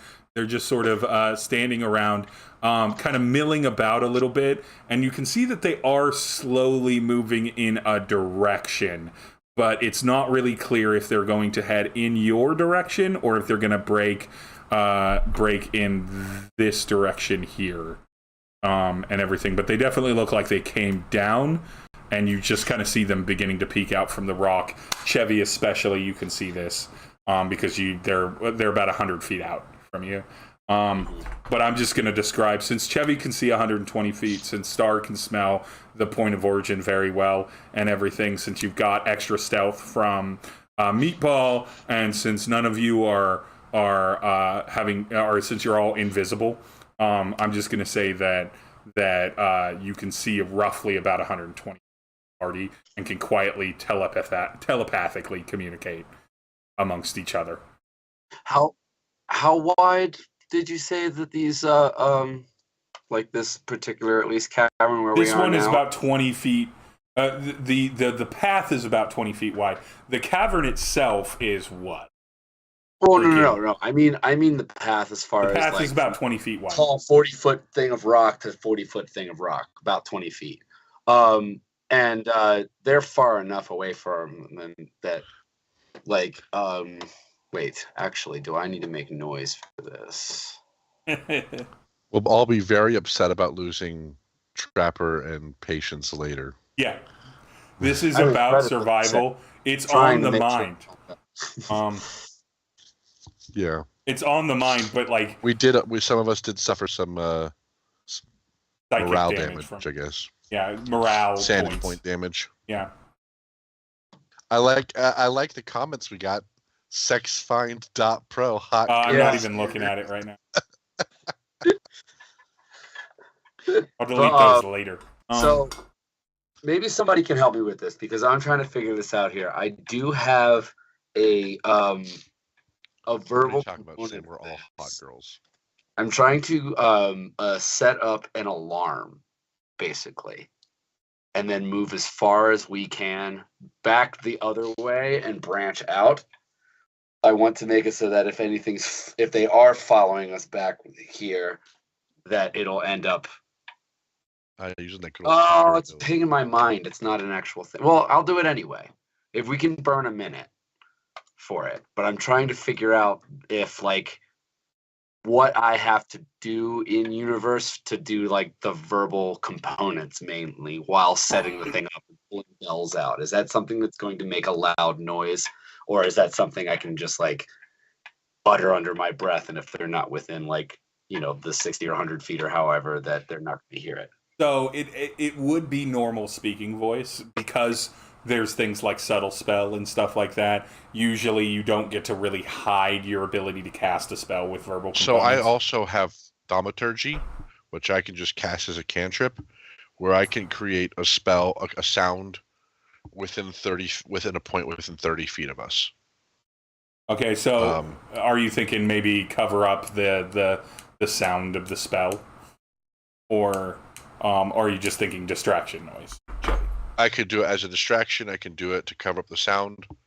Either way, I'm basically thinking we move back the other way. Yeah. And then at this fork, I'd be setting up that perimeter, basically. Because it'll, like, 20-foot cube, so that if anything comes towards it, it'll ring a magic alarm. It won't actually make a sound, so they won't even know they triggered it. It'll ping in my brain. It's mostly about trying to obfuscate your voice. Right. That's the word. But what I was wondering is that I know that you can't normally hide that you're casting a spell, but I feel like that's normally relevant when you're in rooms with people and things, and, like, when you're on, like, a smaller battle map than in a large. I think you. Okay, I'll rule it this way. Mm-hmm. You're invisible. There's other noises that are happening.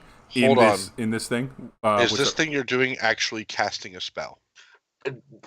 Doing a minute ritual to set up just alarm. It's a spells end invisibility. Even a ritual. Casting a spell ends invisibility. That I did not know. So then never mind. I'm not doing this. Okay. So do you just go back? I'll pull up the specific rules. I don't know if it's a creature. When anything the target's wearing, the spell ends for a target that attacks or casts a spell. Okay, it is even if I use thaumaturgy, that would also add my invisibility too. So so I think that it would just be better. So do you go backwards or do you wait and see? You do have, like, your little artisan tinkering ability, right? Like, they can create small things that aren't necessarily spells, but they're like effects that can create noise or diversions. Mm-hmm. So you could technically, like, whip together a little like a mechanical automaton that, like, walks around and makes noise. I don't know if I know how to do that specifically. Like, I feel like that would be like, I'd have to burn an infusion, do a long rest in order to build something like that, and then I could, like, make a homunculus, which would basically be I feel mechanically the same thing. Yeah. I mean, not that I would literally do that, but just I feel like we would have to be in that magical tinkering. It's like the first thing you get. Magical tinkering. Yeah, not your infusions. That does make a sound. You can do all sorts of shit with that. Imbue a tiny magic object. Yeah, no, you're right. That would totally work with that. So I could use a magical tinkering to make a thing and go back to what I thought alarm did to begin with. It wouldn't be silent, but at least. So you could make it so that when tapped by a creature, the object emits a record. So, like, we could take, like, a piece of, like, string or something and put it up, and then you can magically tinker it to make it make a noise so that we hear if someone hits it. Yeah, that's exactly what I'm thinking. I'll just literally set a regular like string, tripwire basically. Yeah. Instead, so I'll do the same thing, but I'll use magical tinkering and I'll set a but then it's got to be tiny. If I have 20 feet a 20-foot rope or string? Would that count as? There is enough of them that you're pretty sure if you just set an object down in a 5-foot space, essentially, that they'd probably step on it or something. You could just literally do it to a rock on the ground. Yeah, a rock on the ground, kind of. Yeah, I'll do 2 of them then. So I've just got sort of spaced. I'm just going to literally a couple rocks on the ground. I'm just going to use the magical tinkering, so if they get stepped on, that they will make a sound. Hold on, though. It says the sound that it can only be heard up to 10 feet away. At the very least, it'd be like if something's immediately behind us, we could hear it. Yeah, I will rule that it can be up to 20, 30 feet away, but not much more than that, because it's a big echo chamber, right? And so you'd be able to hear it a little bit more than you would in, say, an open area or a regular room with, like, sound dampening, because this is only enhancing every sound. But, what you could do is that you could drop them behind us as we go, because it seems like you can do this as up to the amount of times your intelligence modifier bonus. The maximum number of objects you can have affected, but you can technically do this as many times as you want. Yeah, you can dismiss it on an object and read. So you could just be dropping them behind us as we go to make sure that no one's following us. Ooh, I like that. Yeah, that's a good breadcrumb. So my question is, if you're going to do that so that you can check to see if people are following you, which I love that. Are you waiting to see if these shamblers go in your direction, or are you waiting to see if they go the other way? Which is not really clear which direction they're going. Do they seem to be moving at all? They are. They're very slowly. Like, they're kind of like, if these were regular humanoids, they'd be having a conversation and absolutely walking at the slowest possible pace without technically standing still. It doesn't look like they're on, like, an efficient patrol. I always pick up a rock and throw it down that way. Yep. Away from us. I could do that. Well, any one of us could do that. That doesn't even require an attack roll. Nope. That's just tossing a rock to make a noise. I'm confident that any of you can toss a rock down a 24-foot wide corridor and not hit something before you intend to hit it. And I am confident that all of you could toss that rock easily, like, if you really hucked it, you could toss it, like, easily 75 to 100 without it worrying about it being, like, that far off target. You're all capable people. Sure, but I've also got a couple thousand ball bearings, so I could. You'll just do it. I like it with the ball bearing, if simply because you've got a bunch of them and they're very tiny, so they're unlikely to be. And it'll bounce further and keep making ting noises, where a rock will sort of like thud off after a couple bounces. Yeah, depending on how small or what have you. But nonetheless, ball bearing it is. Do you toss a ball bearing down before you decide to make your move? Yeah, down to the left. Down this way. And thanks, everyone, for helping me go through all of that. I just realized as soon as I had the thought, I was like, this is cool, but I'm missing some details in this. This is definitely the appropriate level of back and forth planning on let's try not to have to fight anything we don't have to fight in here. Totally. I think this has gone through a lot of spell slots. Yeah. So you toss the rock. You don't have to roll any success for it. These are not the most intelligent things. They hear a noise toward that, and they slowly, ever so slowly, make their way toward it. I'm going to say that 30 seconds pass, 40 seconds pass, and they're about here, which means that they're about 45 to 60 feet away from the intersection that they were at. Okay. You want to hear something funny about how I have turn undead? Yeah. So turn undead is not a spell, so it technically would not break my invisibility. It does not break your invisibility. But the problem with the description is it says every undead creature that can see you within 30 feet. Oh, no! So if I'm invisible, they can't see. They can't see it. Well, it's a good panic switch, because this is not all undead creatures down here, but there are plenty. There are plenty of undead and evil and all kinds of nastiness. All kinds of monsters. I just thought that was pretty funny. I was like, oh, damn it. Can't do that. So my question to you all is, try to then make your way through this route after they've passed it by, or do you break and go in the opposite direction over here? I think that if I feel like we can safely, if it feels like at least that we can safely make our way where we were initially going, I feel that's like what I'm inclined to. Yeah. So we How would basically be making our way up to around here-ish. I don't think we would get there in one turn. I'm just letting you know, like the planned. It takes several turns. When you get to about, I'm going to move you a little bit. When you get to about right there, about right in the dead intersection here, they clearly do not see you. They're not the most aware things. They're actually out of sight by the time you go there. They're all the way on the.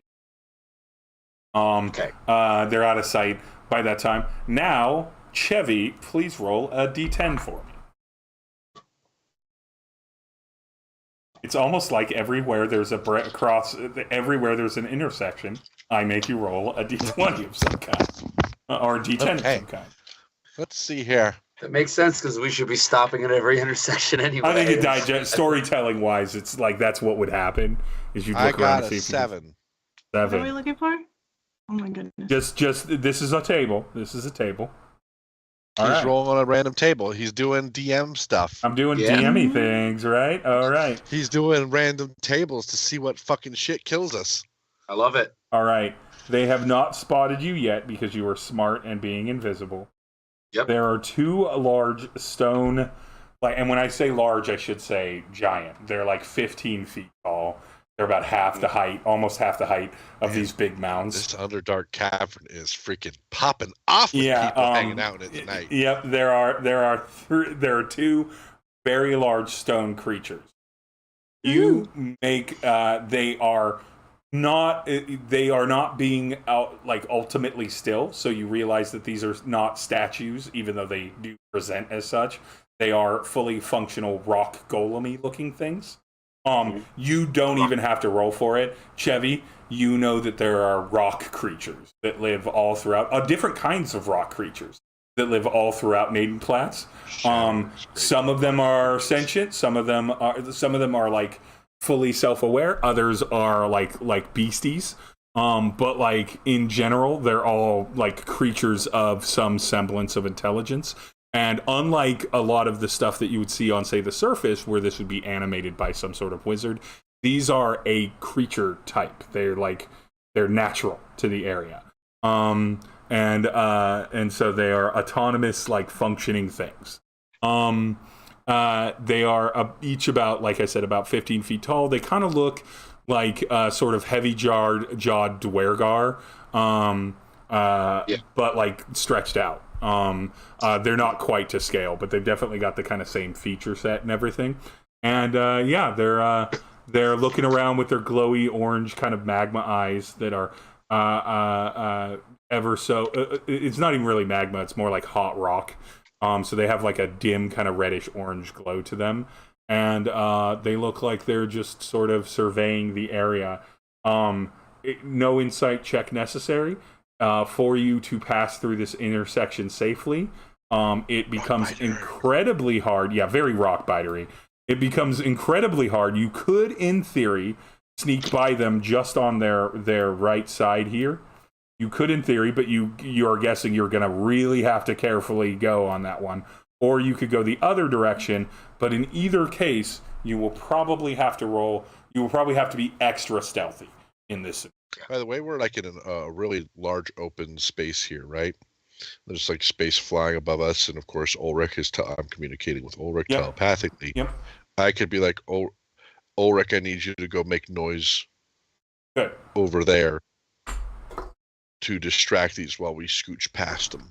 Yep, you could do that. I like that. And of course, Ulrich is flying, so he can just take off.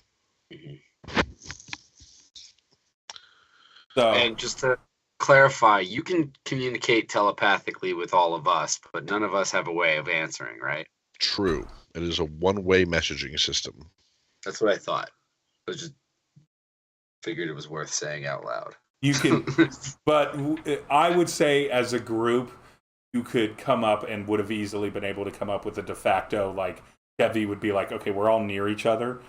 Tap me twice if yes, no. And so I'm fine with you kind of, not so much fully and comfortably telepathically, but like being able to spend the time to be like, Star, do you think we should do this? Yes or no? And then twice for yes, once for no. And that way we're all on the same page. Yeah. Absolutely. You know, there's a lot of things that happen out of game where we work together as a team to determine. Exactly. You know how to do this. You've dealt with Chevy's telepathy in game before, so I feel like you've worked a fair communication system so that you all can respond in some fashion. So I think that's what we're gonna do is have Ulrich kind of create a bit more noise down off to the left of those guys. Okay, Remy, I'm gonna have you roll a 2d20 and just tell me what the numbers are. Oh, okay. This is not a luck check. This is a skill roll for these monsters. I got a 11 and a 15. All right, with a 15, they hear the noise and very, very slowly start making their way downtown toward the noise. Which direction did you have Ulrich go? Let me pull up the marker here. Yeah. That way? Yeah, I figured as much. But that's what I was doing, yeah. Give me a perception check, please. All of us? Yeah, all of you. All of you. I got a nat 20. Beautiful. So did I. Beautiful. Me too. Oh my god. All That's never happened to me before. All right. Do you understand the statistically unlikelihood of that happening? All Steve? three of us. All three. It's see it. 1/400 times 20 again. So what is that? 8,000. 1 in 8,000 for 320s at the same time. Yep, exactly. Literally 1 in 8,000 chance. Holy shit! All right, you're gonna get rewarded for this. The first thing I was gonna narrate, if you got high enough, which you certainly did, is that you begin to hear a little bit of scuffling happen between these stone kind of giant golem thingies, these rock biters, if you will, and what you assume, and appropriately so, are the like undeady skeleton people. The insight this gives you is that not all creatures here are all working on the same team. They're just existing in these spaces. It's not sounding like a drag-out battle, so your guess is that these they tend to behave a little bit more like, this is my spot, what are you doing in my spot, this is where I go, and then they're like, but I've decided to be here now. Very, very animal kind of behavior, very kind of territorial animal behavior. But I'm going to give you this. Each of you, since all of you rolled a nat 20, each roll me a 2d10 and give me the higher number of each of those. So you're basically rolling d10 with advantage, and it benefits the party to roll high. So each of you give me a 2d10. Got a 9. 6. 9. 8. 6. 8. Okay, 9 is nothing. Which means nothing happens to be there. 9 and 10 are nothing. I don't mind telling you that now. So if you get a 9 or a 10 on these d10 rolls, there's no blockade, there's no creatures in your way. One of you got a 6 and one of you got an 8. All right. This 8, we're going to make this as advantageous as possible since the 20, and we're going to roll this for the 6. So you can kind of see these two little things in the distance farther than normally. Maybe there's more bioluminescent fungus here. Maybe it's just the luck of the gods. Maybe Chevy feels a little bit of a tickle in the back of his neck, and the trickster gods are on your side in this moment. But the collective of you get to see this. So off to the right, you see a hooded figure with a single eyeball. That's its entire head, right? Like it's like a normal like druidic robes kind of thing, and it's got its hood on, but you can just see a big old eye. Or just a single nice little sphere eye on its head. And it is currently got like the ball and cup game with the like string on the ball to try and get it, and it's literally just like playing with that game over there.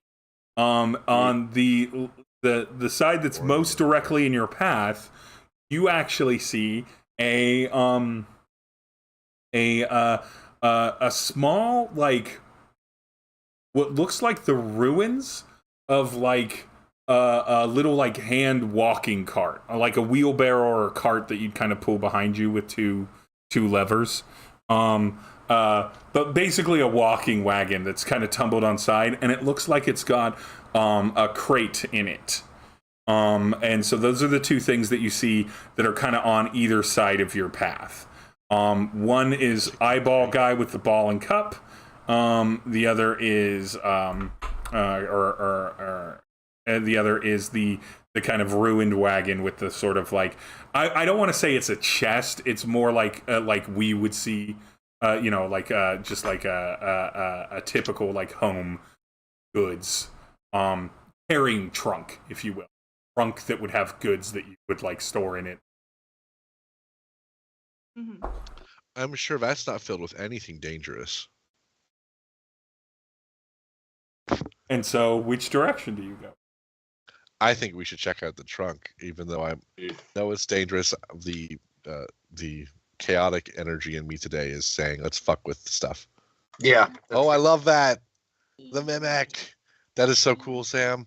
Yeah, I love those cases. I love those dice cases so much. So cool. So do you head toward do you agree as a group to head toward the trunk? Is it a mimic? Is it a mimic? I don't know. We'll find out. I'm obviously not going to touch it, but I could probably like. Yeah, but I could probably telepathically push it. That doesn't count as a spell, right? It is not. Or an attack. It would be if I It would be if I it would be if I tried to use Mage Hand on it instead. Yeah. So it was a mimic. No, it wasn't. That was me being a jerk. Oh. You little shit. All right. So you push it a little bit with telekinesis as you kind of get close enough, but still fairly far, right? Yeah. All right. You push it a little bit with telekinesis. You move it 5 feet, it moves 5 feet. It doesn't shift or like it doesn't like rumble or anything. It's like you pushed a trunk 5 feet. Okay. Star, go check that out. Go see what's in there. All right. Yeah, I guess I'm going to. You should inspect it for traps too. Yeah, that's what I'm thinking. Like I would get close to it and sort of like look around it and stuff. What is that? Sleight of hand for inspect for traps? I never remember. That'd be an investigation. I was about to say I was investigation. Yeah. Okay, roll that investigation to check for traps. It's only one away. It's only so. Well, that's a 3, so that would be my minimum roll, which is a 24. There are no traps that you can see. It literally looks very much to you like it is that crate. Get in there. There's not even a lock on it. Okay, well then, yeah, I would pop it open. I guess I would use a sleight of hand so I could pop it open while not being like directly above it, though. I would try to do so. Yeah, like pop it open and do a deck save for me. There's not a deck save that's called for right now. This is just for the whole like and then jump back. Yeah, totally. That works for me just the same. That's 23. All right. So no trap triggers or goes off. But what you do, no trap triggers or goes off. You just see the lid pop open, and it looks like it's filled with like basic supplies on the left-hand side of it. Probably some blankets and some clothes, definitely cloth and things. On the right-hand side of it, it looks like it has some books and a few scrolls in it. Grab them scrolls and books. Fancy. Magic scrolls? You won't know until you like look at them, touch them. If only my mage hand didn't count as a spell. Yep. Even though it's part of telekinesis and I can do it at will. Technically mage hand. Touching them is not hard. I could touch I wish they didn't describe it as mage hand. I think that's kind of dumb. I could touch it with another ball bearing. Toss the ball bearing into the box. I don't think we're worried about anything being triggered by that. I think what we're most worried about is cursed objects. Oh yeah, that's fair. And I don't know what to do with that.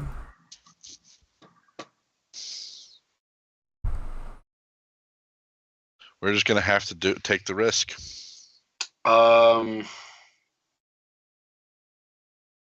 Yeah, I guess so. If we want them, we can take the risk, or if we want to leave them, we can leave them. I think my chaotic energy says we should take them. It's more interesting when stuff happens than when it doesn't happen. I agree. All right, I think I'm just looking in. I don't think I'm going to touch it. I'm looking in, and I assume, as I was meddling. I'm gonna creep up now, and I'm gonna go ahead and start. Like, I guess, we haven't seen anything indicate that this is dangerous. There's no traps. There's no explosions. I'm going to start examining the books and scrolls. Oh. Okay. As you suspected, the moment that anyone touches a scroll, this is on the first scroll. On the first scroll, I need you to give me a we're gonna go with a Constitution saving throw, as this curse, which you immediately recognize as a curse, touches you. You also, the moment you touch it, it is a magic scroll beyond the curse, so that it's not. Yeah. The object itself isn't cursed. It looks like there was like a touch me and you get cursed. Okay. I got 24 on my con save. Okay, Chevy. When you could touch that first scroll, you feel a curse come in, wrap through your skeletal system. It makes you feel, whenever you've nursed a sprained ankle or a potential bruised rib in your past, you begin to start having adjacent feelings to that, but with a 24 con save. That wraps away, and it looks like your energy was enough that the curse did not affect you.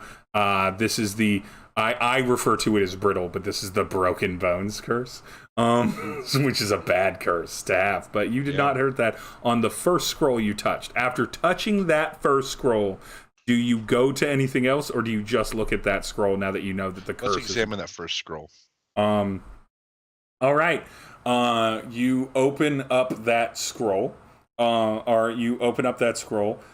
you immediately recognize that scroll is a teleportation circle scroll. The teleportation circle scroll allows you to teleport to any place that you can picture or recognize to your mind. You and up to 8 people total, or 7 companions, can burn useful. that teleport and go anywhere you want. You can also pick your targets, and to be clear, at the end of it, it just says it says as a PS postscript, because it was clearly written by hand by some mage. PS postscript, right? It says also they don't have a choice if you decide to teleport them, and so you can teleport other creatures away from you. Scroll burns up upon use, no matter how many creatures you decide to teleport with it. Once you cast the teleportation, it's up to 8 creatures of your choice. There is no saving throw, so if you do it on enemy, they will teleport. Well, that was definitely cursed, but I'm okay. Do you think I should keep going through the different scrolls? How many are in here? There are 3 scrolls and 5 books. Jeez. See, this is the kind of thing where normally, in a smart situation, you would have a whole bunch of time to be like, let's do some detect good and evil, detect magic. Meatball. Meatball looks, I'm like, yes. I want to. Yes. Do we want to start sacrificing our NPCs to get loot? I mean, I'm giving a no squeeze. No meatball.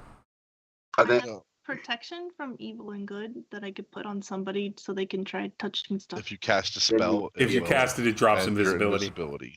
Well, I have my own invisibility, so I can go walk away. Okay. Right now, you don't see protection from good and evil at concentration. Hold on, let me look as well on protection of good and evil.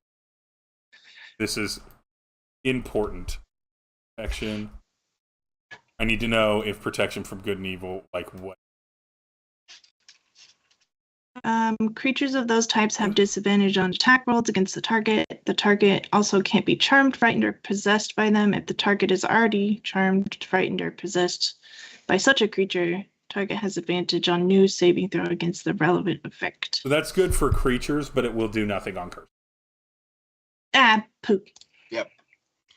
Then never mind. Curses are their own being. And so yeah, you got that one. You know that the curse that was coming with this scroll, Chevy, was nasty. You knew it was nasty, and you dodged it closely. You dodged it closely. But the scroll is very, very powerful. So this is a very powerful spell. High risk, high reward thing. And that scroll right there could solve a problem potentially that's ahead of you, depending on the. Okay. I'm gonna grab a book. Grab a book. All right. Give me just a moment.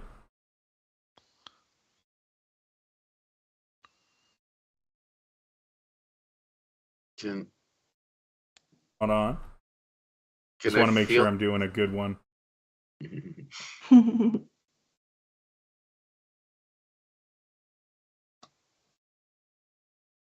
Because there's a lot of curses I have to check, and rather than table them, I want them to be a little bit more narrative, depending on who's messing with it. And since it's heavy, I'll do this one.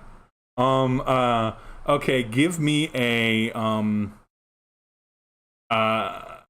wisdom or charisma save, either one. Okay.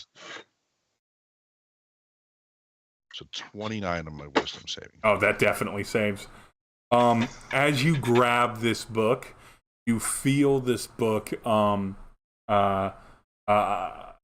begin to imbue you with a sense of apathy, almost disinterest, a lack of concern, a heartlessness, if you will.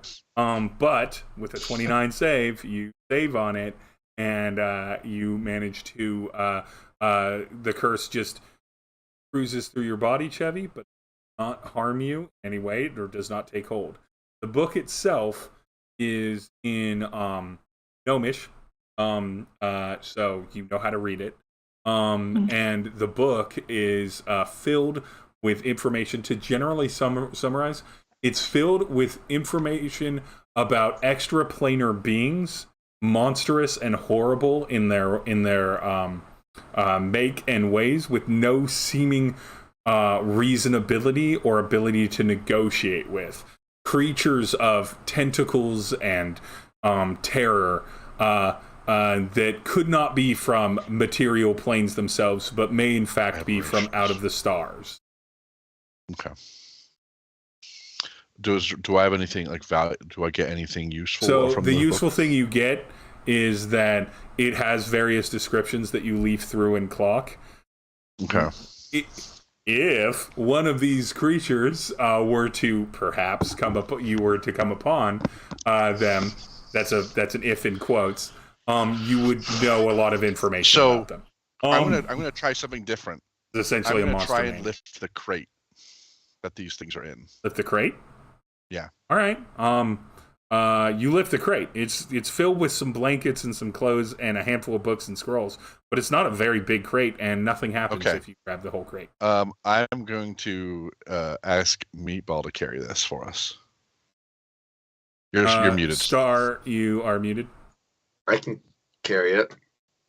Do you want to carry it, Star, or do you want Meatball to carry it? Probably good if you have a bag of holding. Oh yeah. Go ahead and put it in the bag of holding. You can throw it in the bag of holding. We can deal with these curses later. I'm going to basically say, like, these are all very dangerous but very valuable. We should revisit these items when we are in a safer location. I'm with it. And so you obtain the crate. Good job. You got a crate of goodies.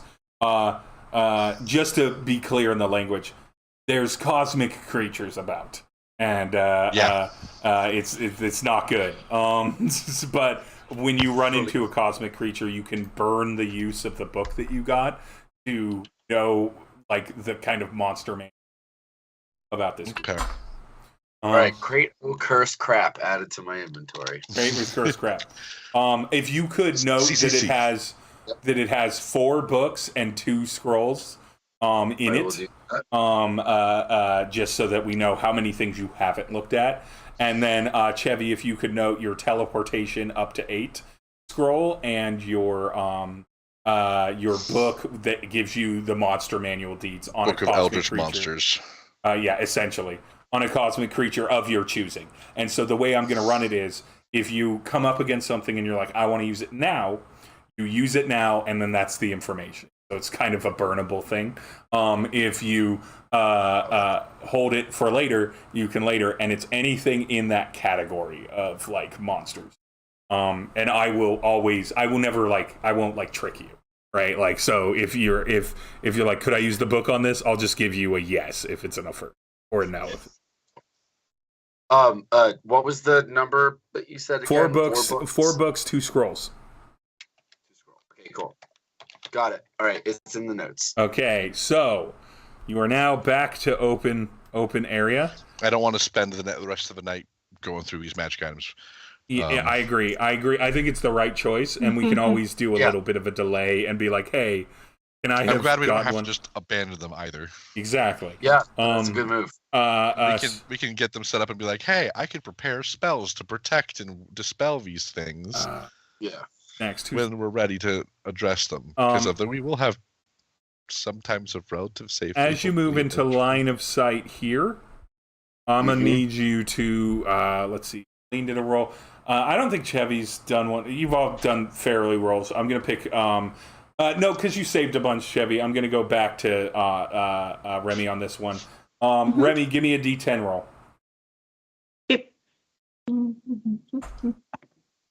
9. Clear sails, completely clear pathway all the way to this point right here. Now, Star, give me another D10 roll. Okay. And where's the one I want? 9 out of 10, unless it's a good piece of loot, which I think was on 8. Sorry, I got a 4. Got a 4. You're dead to me. 4 things. All right. So. Oh boy. You see. It's the black knife. You see something that is very almost whimsical. It is a cylinder of dancing blades. It's roughly about 25 feet in diameter, and it exists in that space. And it goes up maybe like 80 feet, right? And so it's like a little like it's whirlwind. It's a blade tornado. The blade NATO. Yes, it's a blade NATO. Blade NATO. And it is filling that whole space. All I can think of is I wish I had a Beyblade to use on it, and I could destroy it. Good. Yeah, it is filling that space. Here we go. You also, from this vantage, know that down you can still hear kind of the interactions that are happening between the big stone creatures and the kind of like squad that you saw there. So you know that they're kind of beneath you, about like south or back further in the cave. But yeah, if you were to go like straight down from where you are, they're hanging out right here. So right in. Yeah. You can hear that. You know the path is clear behind you. You think maybe you might be able to scale some of this, but that might be very noisy. Or you could try and figure out a way past the blade NATO. Sam. Yeah. I'm sorry. Remy. Hmm. I'm whispering into your mind. Hmm. Do you have any ideas? And you just gotta tap yes or no to me. Basically a wall of floating blade. Does it fill the entire width of the path? Yeah, it's pretty much a big old column of sharp in your way. Column of sharp. I mean, I could do shatter again. It does extra damage to metal stuff. That'd be very loud. It would be very loud. Thunder damage is basically sonic damage. And though it would pull Remy out of invisibility, we've already determined Remy can then I can. Now, do we get the sense that these are a creature or that these are enchanted objects? They're objects. They're definitely enchanted. You are not sure if they're the kind of enchanted object that you can't easily. Based off of the level of magical heat down here, you might be able to, but you'd have to use a lot of magic to do it.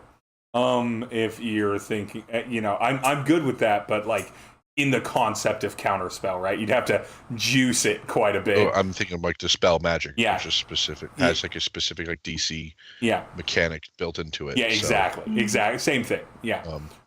So yeah, if you do, you're pretty sure it's a powerful magic that's animating it, but these are not sentient, just like a magical barrier. I mean, I also have what is it? The wind wall thing that I could like shove them away, but again, it would drop. I'm gonna try this. I'm gonna try pushing telekinetically against them. See what happens when I push on them telekinetically. 40-foot. They have to make a strength saving throw to resist it. Against the 40-foot wall, spinning blade made. All right, I'll do a strength saving throw, and if I do real bad, it'll. It's a DC 20.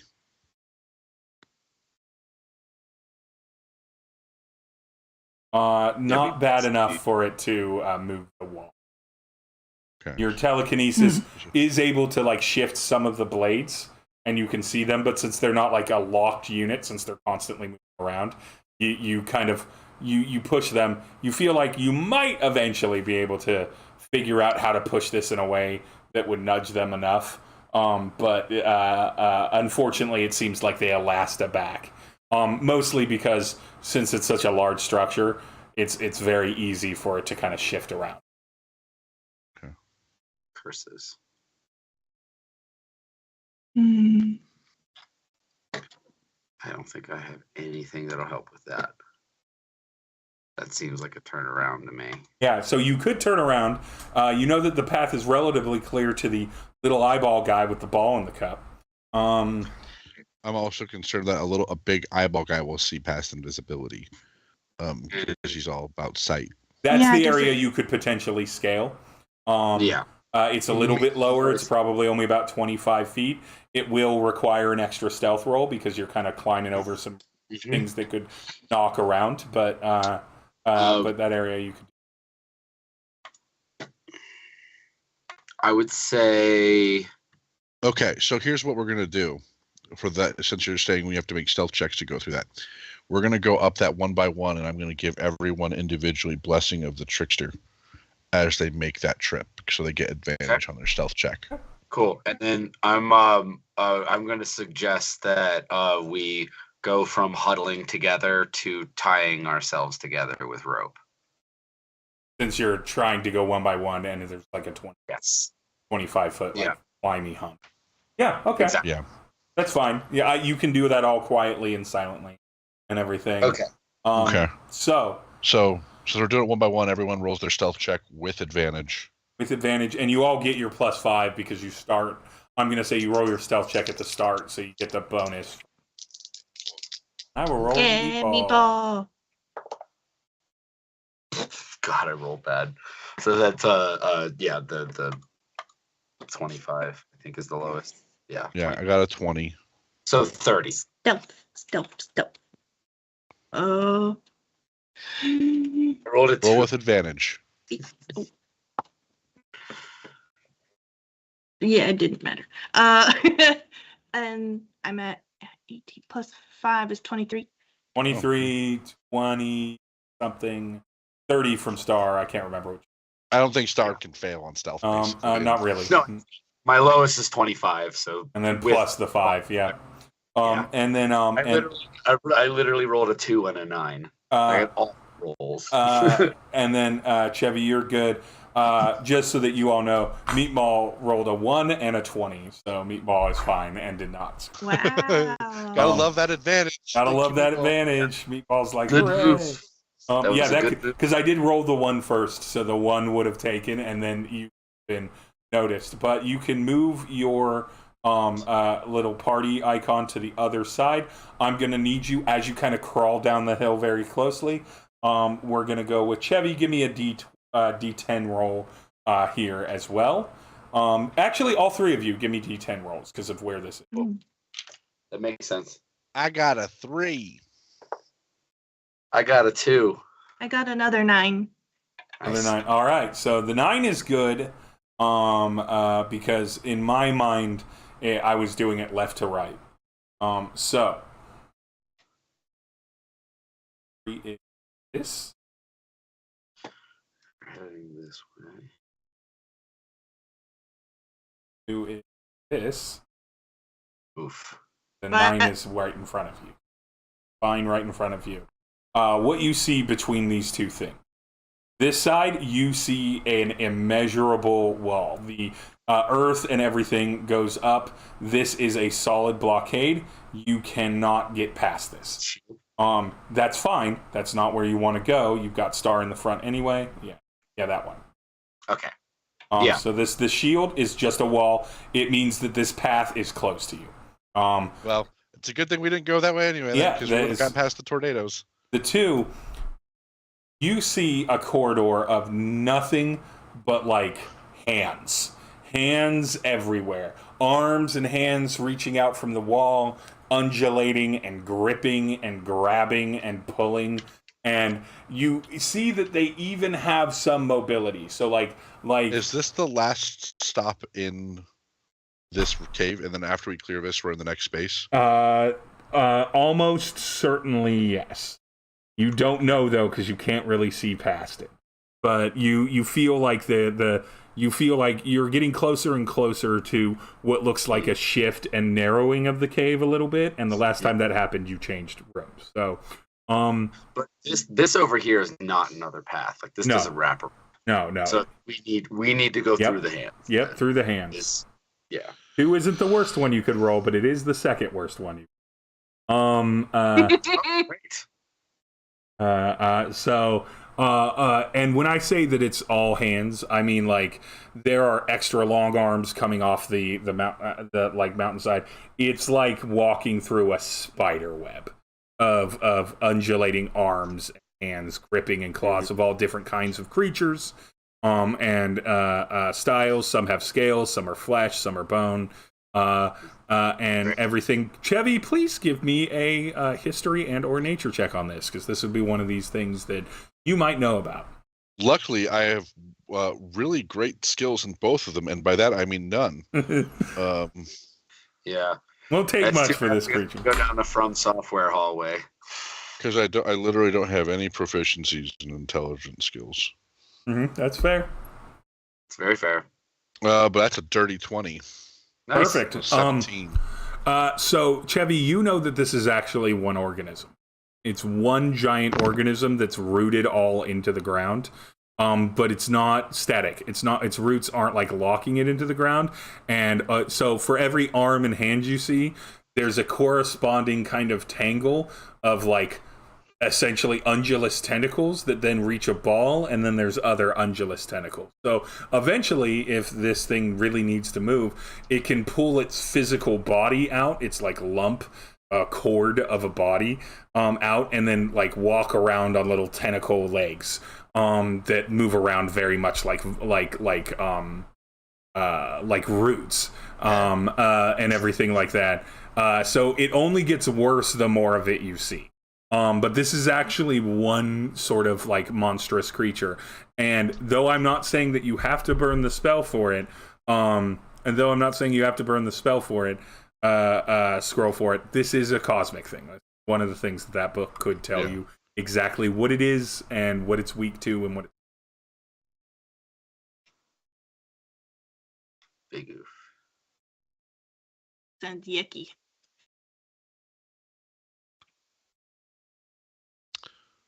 Well, I relay all that information to everyone, obviously. Yep. Telepathically. Let me see here. How much am I actually carrying?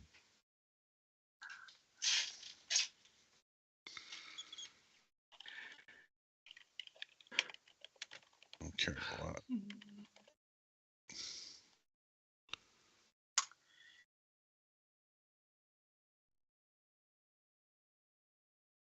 Damn it, Miyazaki.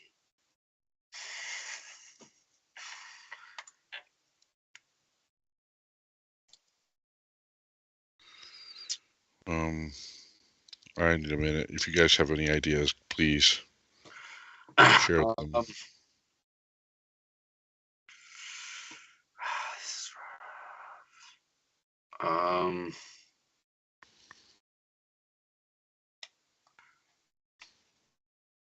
I am pretty much useless. The only thing that I can do is either try to climb on the wall above it or throw a ball bearing at it and see what happens.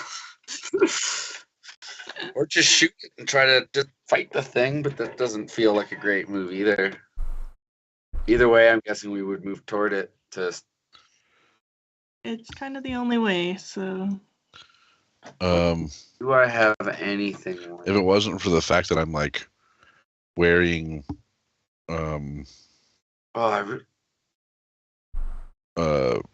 plate armor that weighs a bunch, then I would have my imp carry me and fly with me. But he can only lift about so you can carry 15 times your strength score. Yeah. So you can lift about 90 pounds, and I weigh about 100 with all my shit together,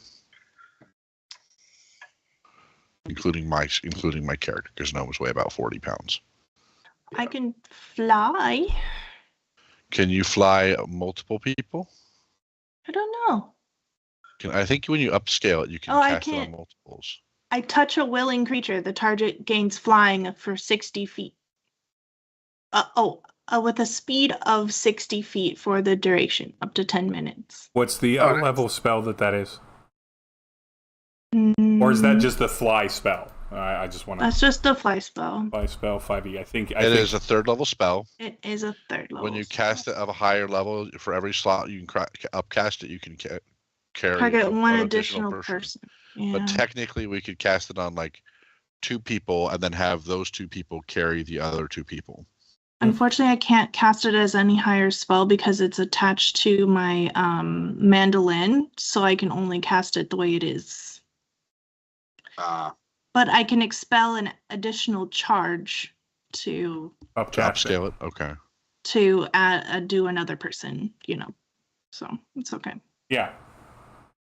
Yeah, so you could do 2 and 2 and fly over this. Okay. It will, because it's coming from the object, I don't think it's counted as casting a spell, so I think you stay invisible. It's called an item interaction. Yeah. Mm-hmm. Yeah. Object interaction. So I think you're good on the invisibility. The only thing... I have wingy boots, so I don't need the fly spell. So yeah, you can just... So you could just cast it on one person. Carry one person. Yep. And then the other person carries the other person. Okay, who's the strongest people? It really doesn't matter in this case. You don't want me to be carrying no one. Yeah, I think you and Star would be carrying Meatball and Debbie. And you would probably carry me. Yeah. That's fine. Yeah. Okay, so Star, I'll cast a fly on you. Yep. And so you easily can fly over this thing. I am, however, going to make another series of stealth checks, and this is actually against this creature's Arcana. Okay. How many stealth checks am I making? Just each of you make a stealth check. Oh, okay, yeah. The 1. Be cruel about it. Good 12, so that is 32. Okay, that's a dirty 20. Pretty good. Remember, you have gift of luck if you need it. Roll a stealth check for a Meatball. Okay. I got... You also get the extra plus 5. Oh, that's right. That puts me at 25 then. Yeah. 26. 26, 25, I think. All right. You fly over this series of hands, and though you stealthily and comfortably escape its grasp and it does not unroot itself and begin to chase you, just as you pass over it, just as you're about to get out the range, it feels like some of the hands are reaching upward, but they cannot reach to where you're currently flying. But it does not scramble itself up out of the dirt and get there. Just because this character is not going to probably come back up.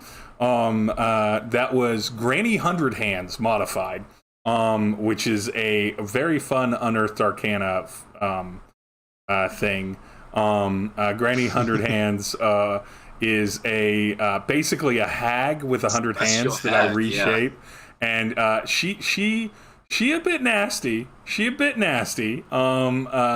And she was modified to be even more durable and violent, and terrible. You fly over. In flying over, you can see where the tunnel begins to shape itself down and everything, and you see in front of you, and it is clear skies, or clear paths. There are a few more winding paths, but there is nothing wandering. You look back behind you in the distance. The only thing you can see is very far in the distance, with his own little dancing lights that are waving at you as well, is that little eyeball druid with the ball in the cup, and it just waves at you off in the distance and everything as you move out of this cave. Oh, it's probably friendly, damn it. And he was. No! But it's hard to tell, so... The smarter play was not approaching, honestly. But you managed to make it through this section of the cave. Where I'm going to leave us off, is already 40, is that you see in front of you, the cave is not continuous. I'm going to open up the image, but don't worry about dropping your tokens. Get to that next time. You see a large opening where the cave eventually rounds out. In that opening,